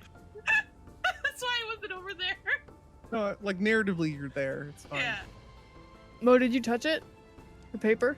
I did. Yes, I unfurled it. Okay, great. I'll go and pick it up and hand it to Matilda. Is it in common or can Mo just not read common? No, it is not in common. It is not in any particular language. Do you read it? Yeah, I try to. You pop open the scroll and you begin to read it. Your hands begin to burn. Oh, Beautiful. Like how badly? or like Relatively badly. As you look down, her hands become enwreathed in this golden flame. It begins to pour over your hands, and then over your body, and then up to your mind. Vincent, could he interject and try and pull the paper out of her hands, seeing this happen? You may. Both of you take half this damage. As you grab onto the golden flame that begins to wreath over, here's what happens. I need both of you to roll Constitution saving throws. Okay. Is this how they're like, beam me up, Coraline? Is this like a fucking step 2 scroll? Yeah, this is their escape scroll. Yeah. 17. 23. 17 and 23. Both of you only take 31 points of fire damage. Woo! Yeah. Are either one of Ow. you still up? Or are either Yeah. one of you down, rather? No. Both of you are up. As the Yeah. golden flame rests and ends at the top of your mind, Vincent, that holy sigil that you have taken from the two Wrought squires begins to turn from this like shriveled wood to have flecks of gold veins running through the inside of it. Ooh. As you hold it in your hand, you can feel a faint bit of power emanating from it, and you have learned the spell. Ooh. You have learned the spell Sparkle. A fundamental solarmancy of the Wrought Knights who faithfully follow the tenets of the god of golden light Solon and his forbidden and forgotten sun goddess. May we all bask in the amber glow of the sun above the heights of heaven, where we once belonged. Written by Yalin, the Sun Scholar. So Vincent had this thing in one hand, and then he reached to grab the paper and hopes to like tear it out of your hands to help You got a spell. And he's now smoldering and smoking, and then he opens his eyes and he's just like, sparkle. So, my goodness. Sparkle surrounds a creature with a dazzling flurry of luminescent sparks that pop and fizzle, distracting them. For the duration, the creature has a negative to attack rolls and dexterity saving throws equal to your spellcasting ability modifier. Oh, is that what the dudes did to me and Matilda?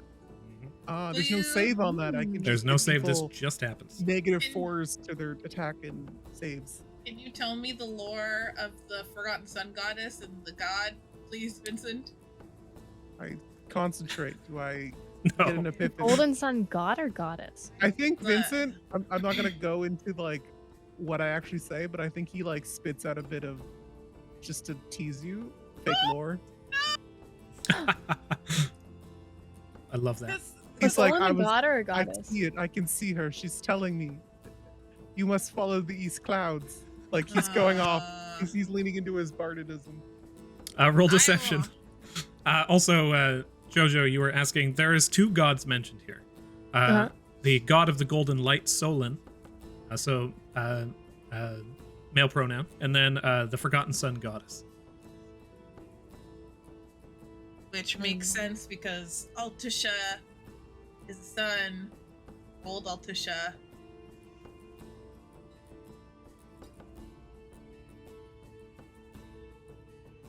Age, is Okay. that the symbol that I picked up? Do I need it to cast the spell?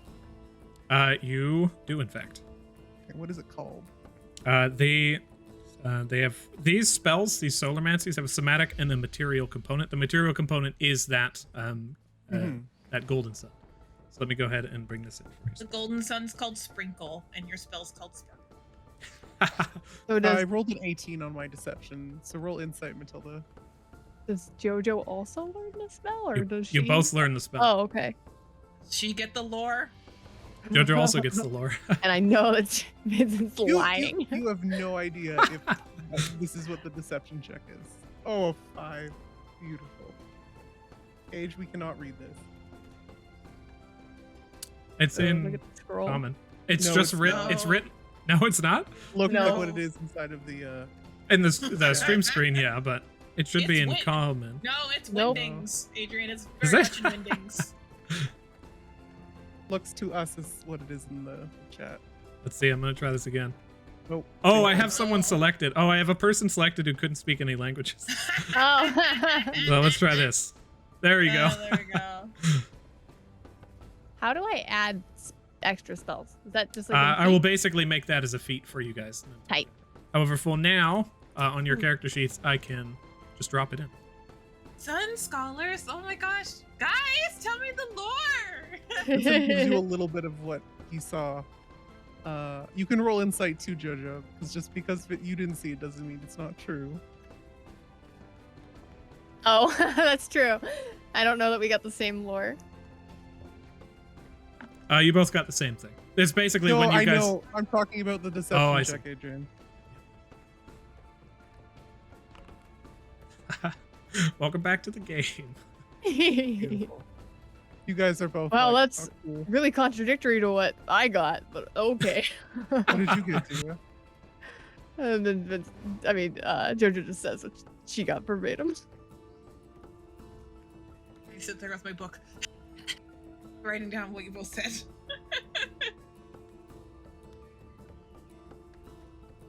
You guys Ooh. remain here. You are taking a rest, yes, in the camp? A long rest, yeah. Yeah, I think so. Okay. As you remain here, about an hour passes. You hunker down. You begin to use the what remains within the camp, and the deceased remain as such, just small piles of what was once people. What was once people like minutes ago, but hour passes, and you see the sun once again in this quick motion begin to descend, and then you begin to hear footsteps. You hear above you the sound of beating wings, massive and imposing, descending away from you. And footsteps beginning to trudge down the main pathway. Oh Ooh. dear. Can you peek over the fence and see what that is? Mo pops up to 25 feet and begins to move over. He says, I see a knight. Some kind of strange individual. He's wearing the head of a fallen wolf. His armor broken and scattered. Ooh. Cool.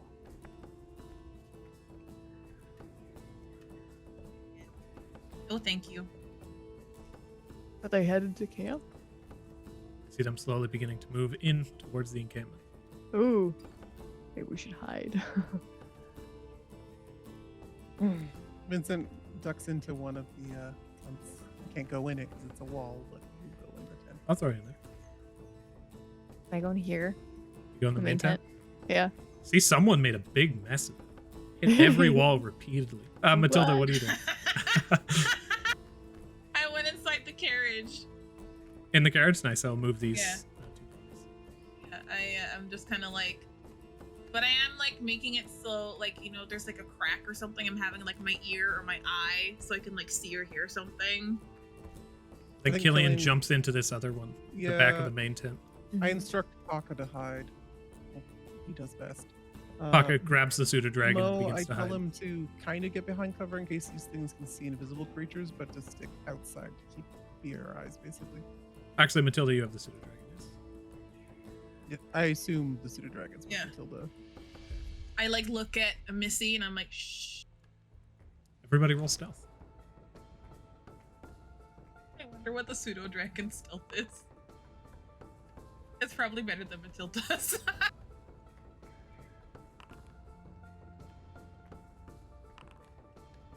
Ooh. The ears of the Melissa pseudo does- dragon perk up as it hears the metal beginning to clink and it you hunkers didn't down. delete the second Vincent one. I tried to roll as kill, but it didn't work. Oh, okay. I have a Vincent, Jojo, Killian, Matilda. Oh, okay, it didn't work. It did work. It. Never mind. The night begins to move in. You can hear the movements just jerking, mildly uncomfortable. As they move in, you're shing. As they move piece by piece to each of these knights that had fallen and stab in, and then Oh.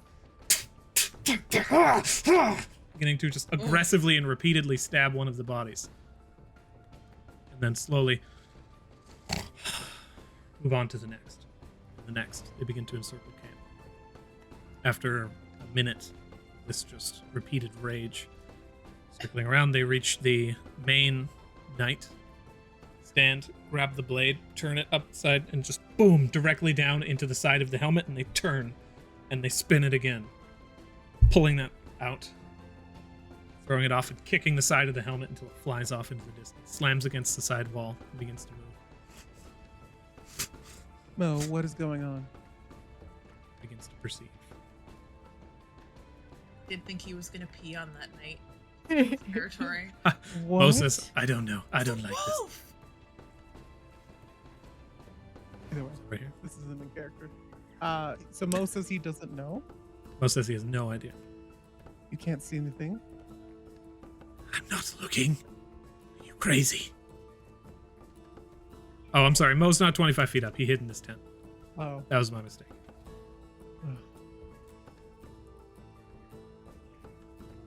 Do you command Mo to look? Yes. You're invisible. Speak out. Visibility doesn't grant you advantage on a stealth roll. I know, but he's just gonna peek out.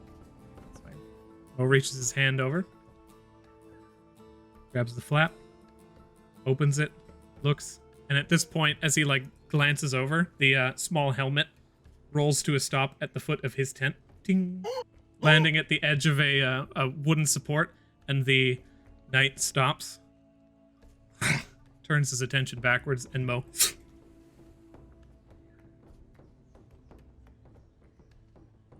make Mo invisible for the duration of this situation.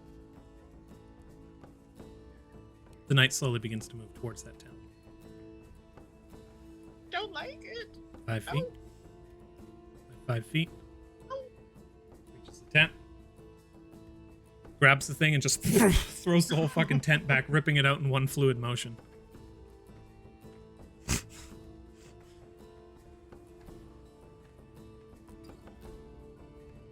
Turns and leaves the camp. So what did you see?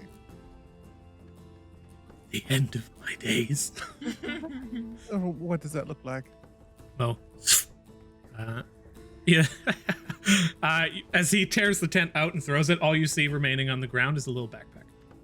Aw. And Mo reappears in the tent to the side, having escaped as a spider. And he says, I don't think it's like a mortal. It's like it's just armor. I don't know. It reminds me of the last one, the cowman. Oh. Come to my tent. Yeah. And as he comes inside, he'll just gesture for him to hide in his armor. Just kind of climbs in and provides no snarky comments. Turns and begins to leave, and as the night leaves, the sun cycles, and the early morning comes. The knights who are standing before you How long stand up. was that? Like an hour? You guys have basically been here for about 2 hours now, but the knights stand and they look towards you. This knight goes over to the tent, pops it open, and looks down at you, and is just like, "You got everything you need?" we'd like to rest here for the day. Of course, there's lots of free tents. Take whichever one you want. Closes the tent flap. Seems like they remember us, right? Yeah, they do. Okay, so it's like it continues on. Okay. I sounds can't very- get out of this tent. Yeah, that's That's what happened that's to a me. constant problem. I look around for Mo's stuff and go pick it up. You pick up the small backpack. As you reach the thing, as the time cycles, you see the tent just reappear into place. Okay, he'll grab the stuff and kind of hold on to it for a bit, tie it to his side.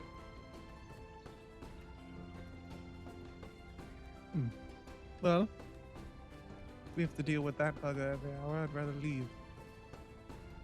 Are the Eladrin like offended I'm inside their carriage? Oh, are you still in the carriage? They're currently standing on top of it. As they find you inside the carriage, they immediately look towards you with anger and... Oh, I'm sorry, I replied in Sylvan because they said to get out in Sylvan. Actually, here's the funny thing. That didn't happen because as soon as time rolls over, the carriage doors close and lock with you inside. Vincent knows that Matilda's locked inside, right? That's funny. Yep. She doesn't have any way out. Paka, can you ask our good friends here if they can open their doors? I think my friend got She can locked inside by accident. wait there till they all turn to dust again. Pocket just climbs up Sorry. on top of the thing and is just like, my friend needs help, please. And attempts to charm one. It's like free Matilda daycare, Jojo, huh? Oh, seems safe in there. This one walks forward and as Pocket gives the puppy dog eyes. I will actually clarify, Pocket doesn't attempt to charm anybody. This is a passive effect. Yes. But as he like climbs up to the top and then looks cute and wants help, the Eladrin like stride up towards him and then flick him on the nose and push him off the side of the carriage. And he falls and hits the ground, is now resting on his bag, and he's like, I don't like them. I'll go to catch Paka as he falls and then place him down. It'd be polite if you could assist us, please. Just hear knocking. Paka, can you translate? Paka does, begrudgingly. Then he circles around to the back of you and hides behind your legs. They make their way towards the door. They raise a hand to the lock, and you just see these faint lights on the interior of it, and then eventually they coalesce into the shape of the keyhole. A light shines out, and the doorway unlatches. They just reach in, grab you by the lapel, and throw you out. And then they move into the carriage and look in to see their piece of paper gone. No! Then they slowly turn back towards the lot of you. No, I didn't!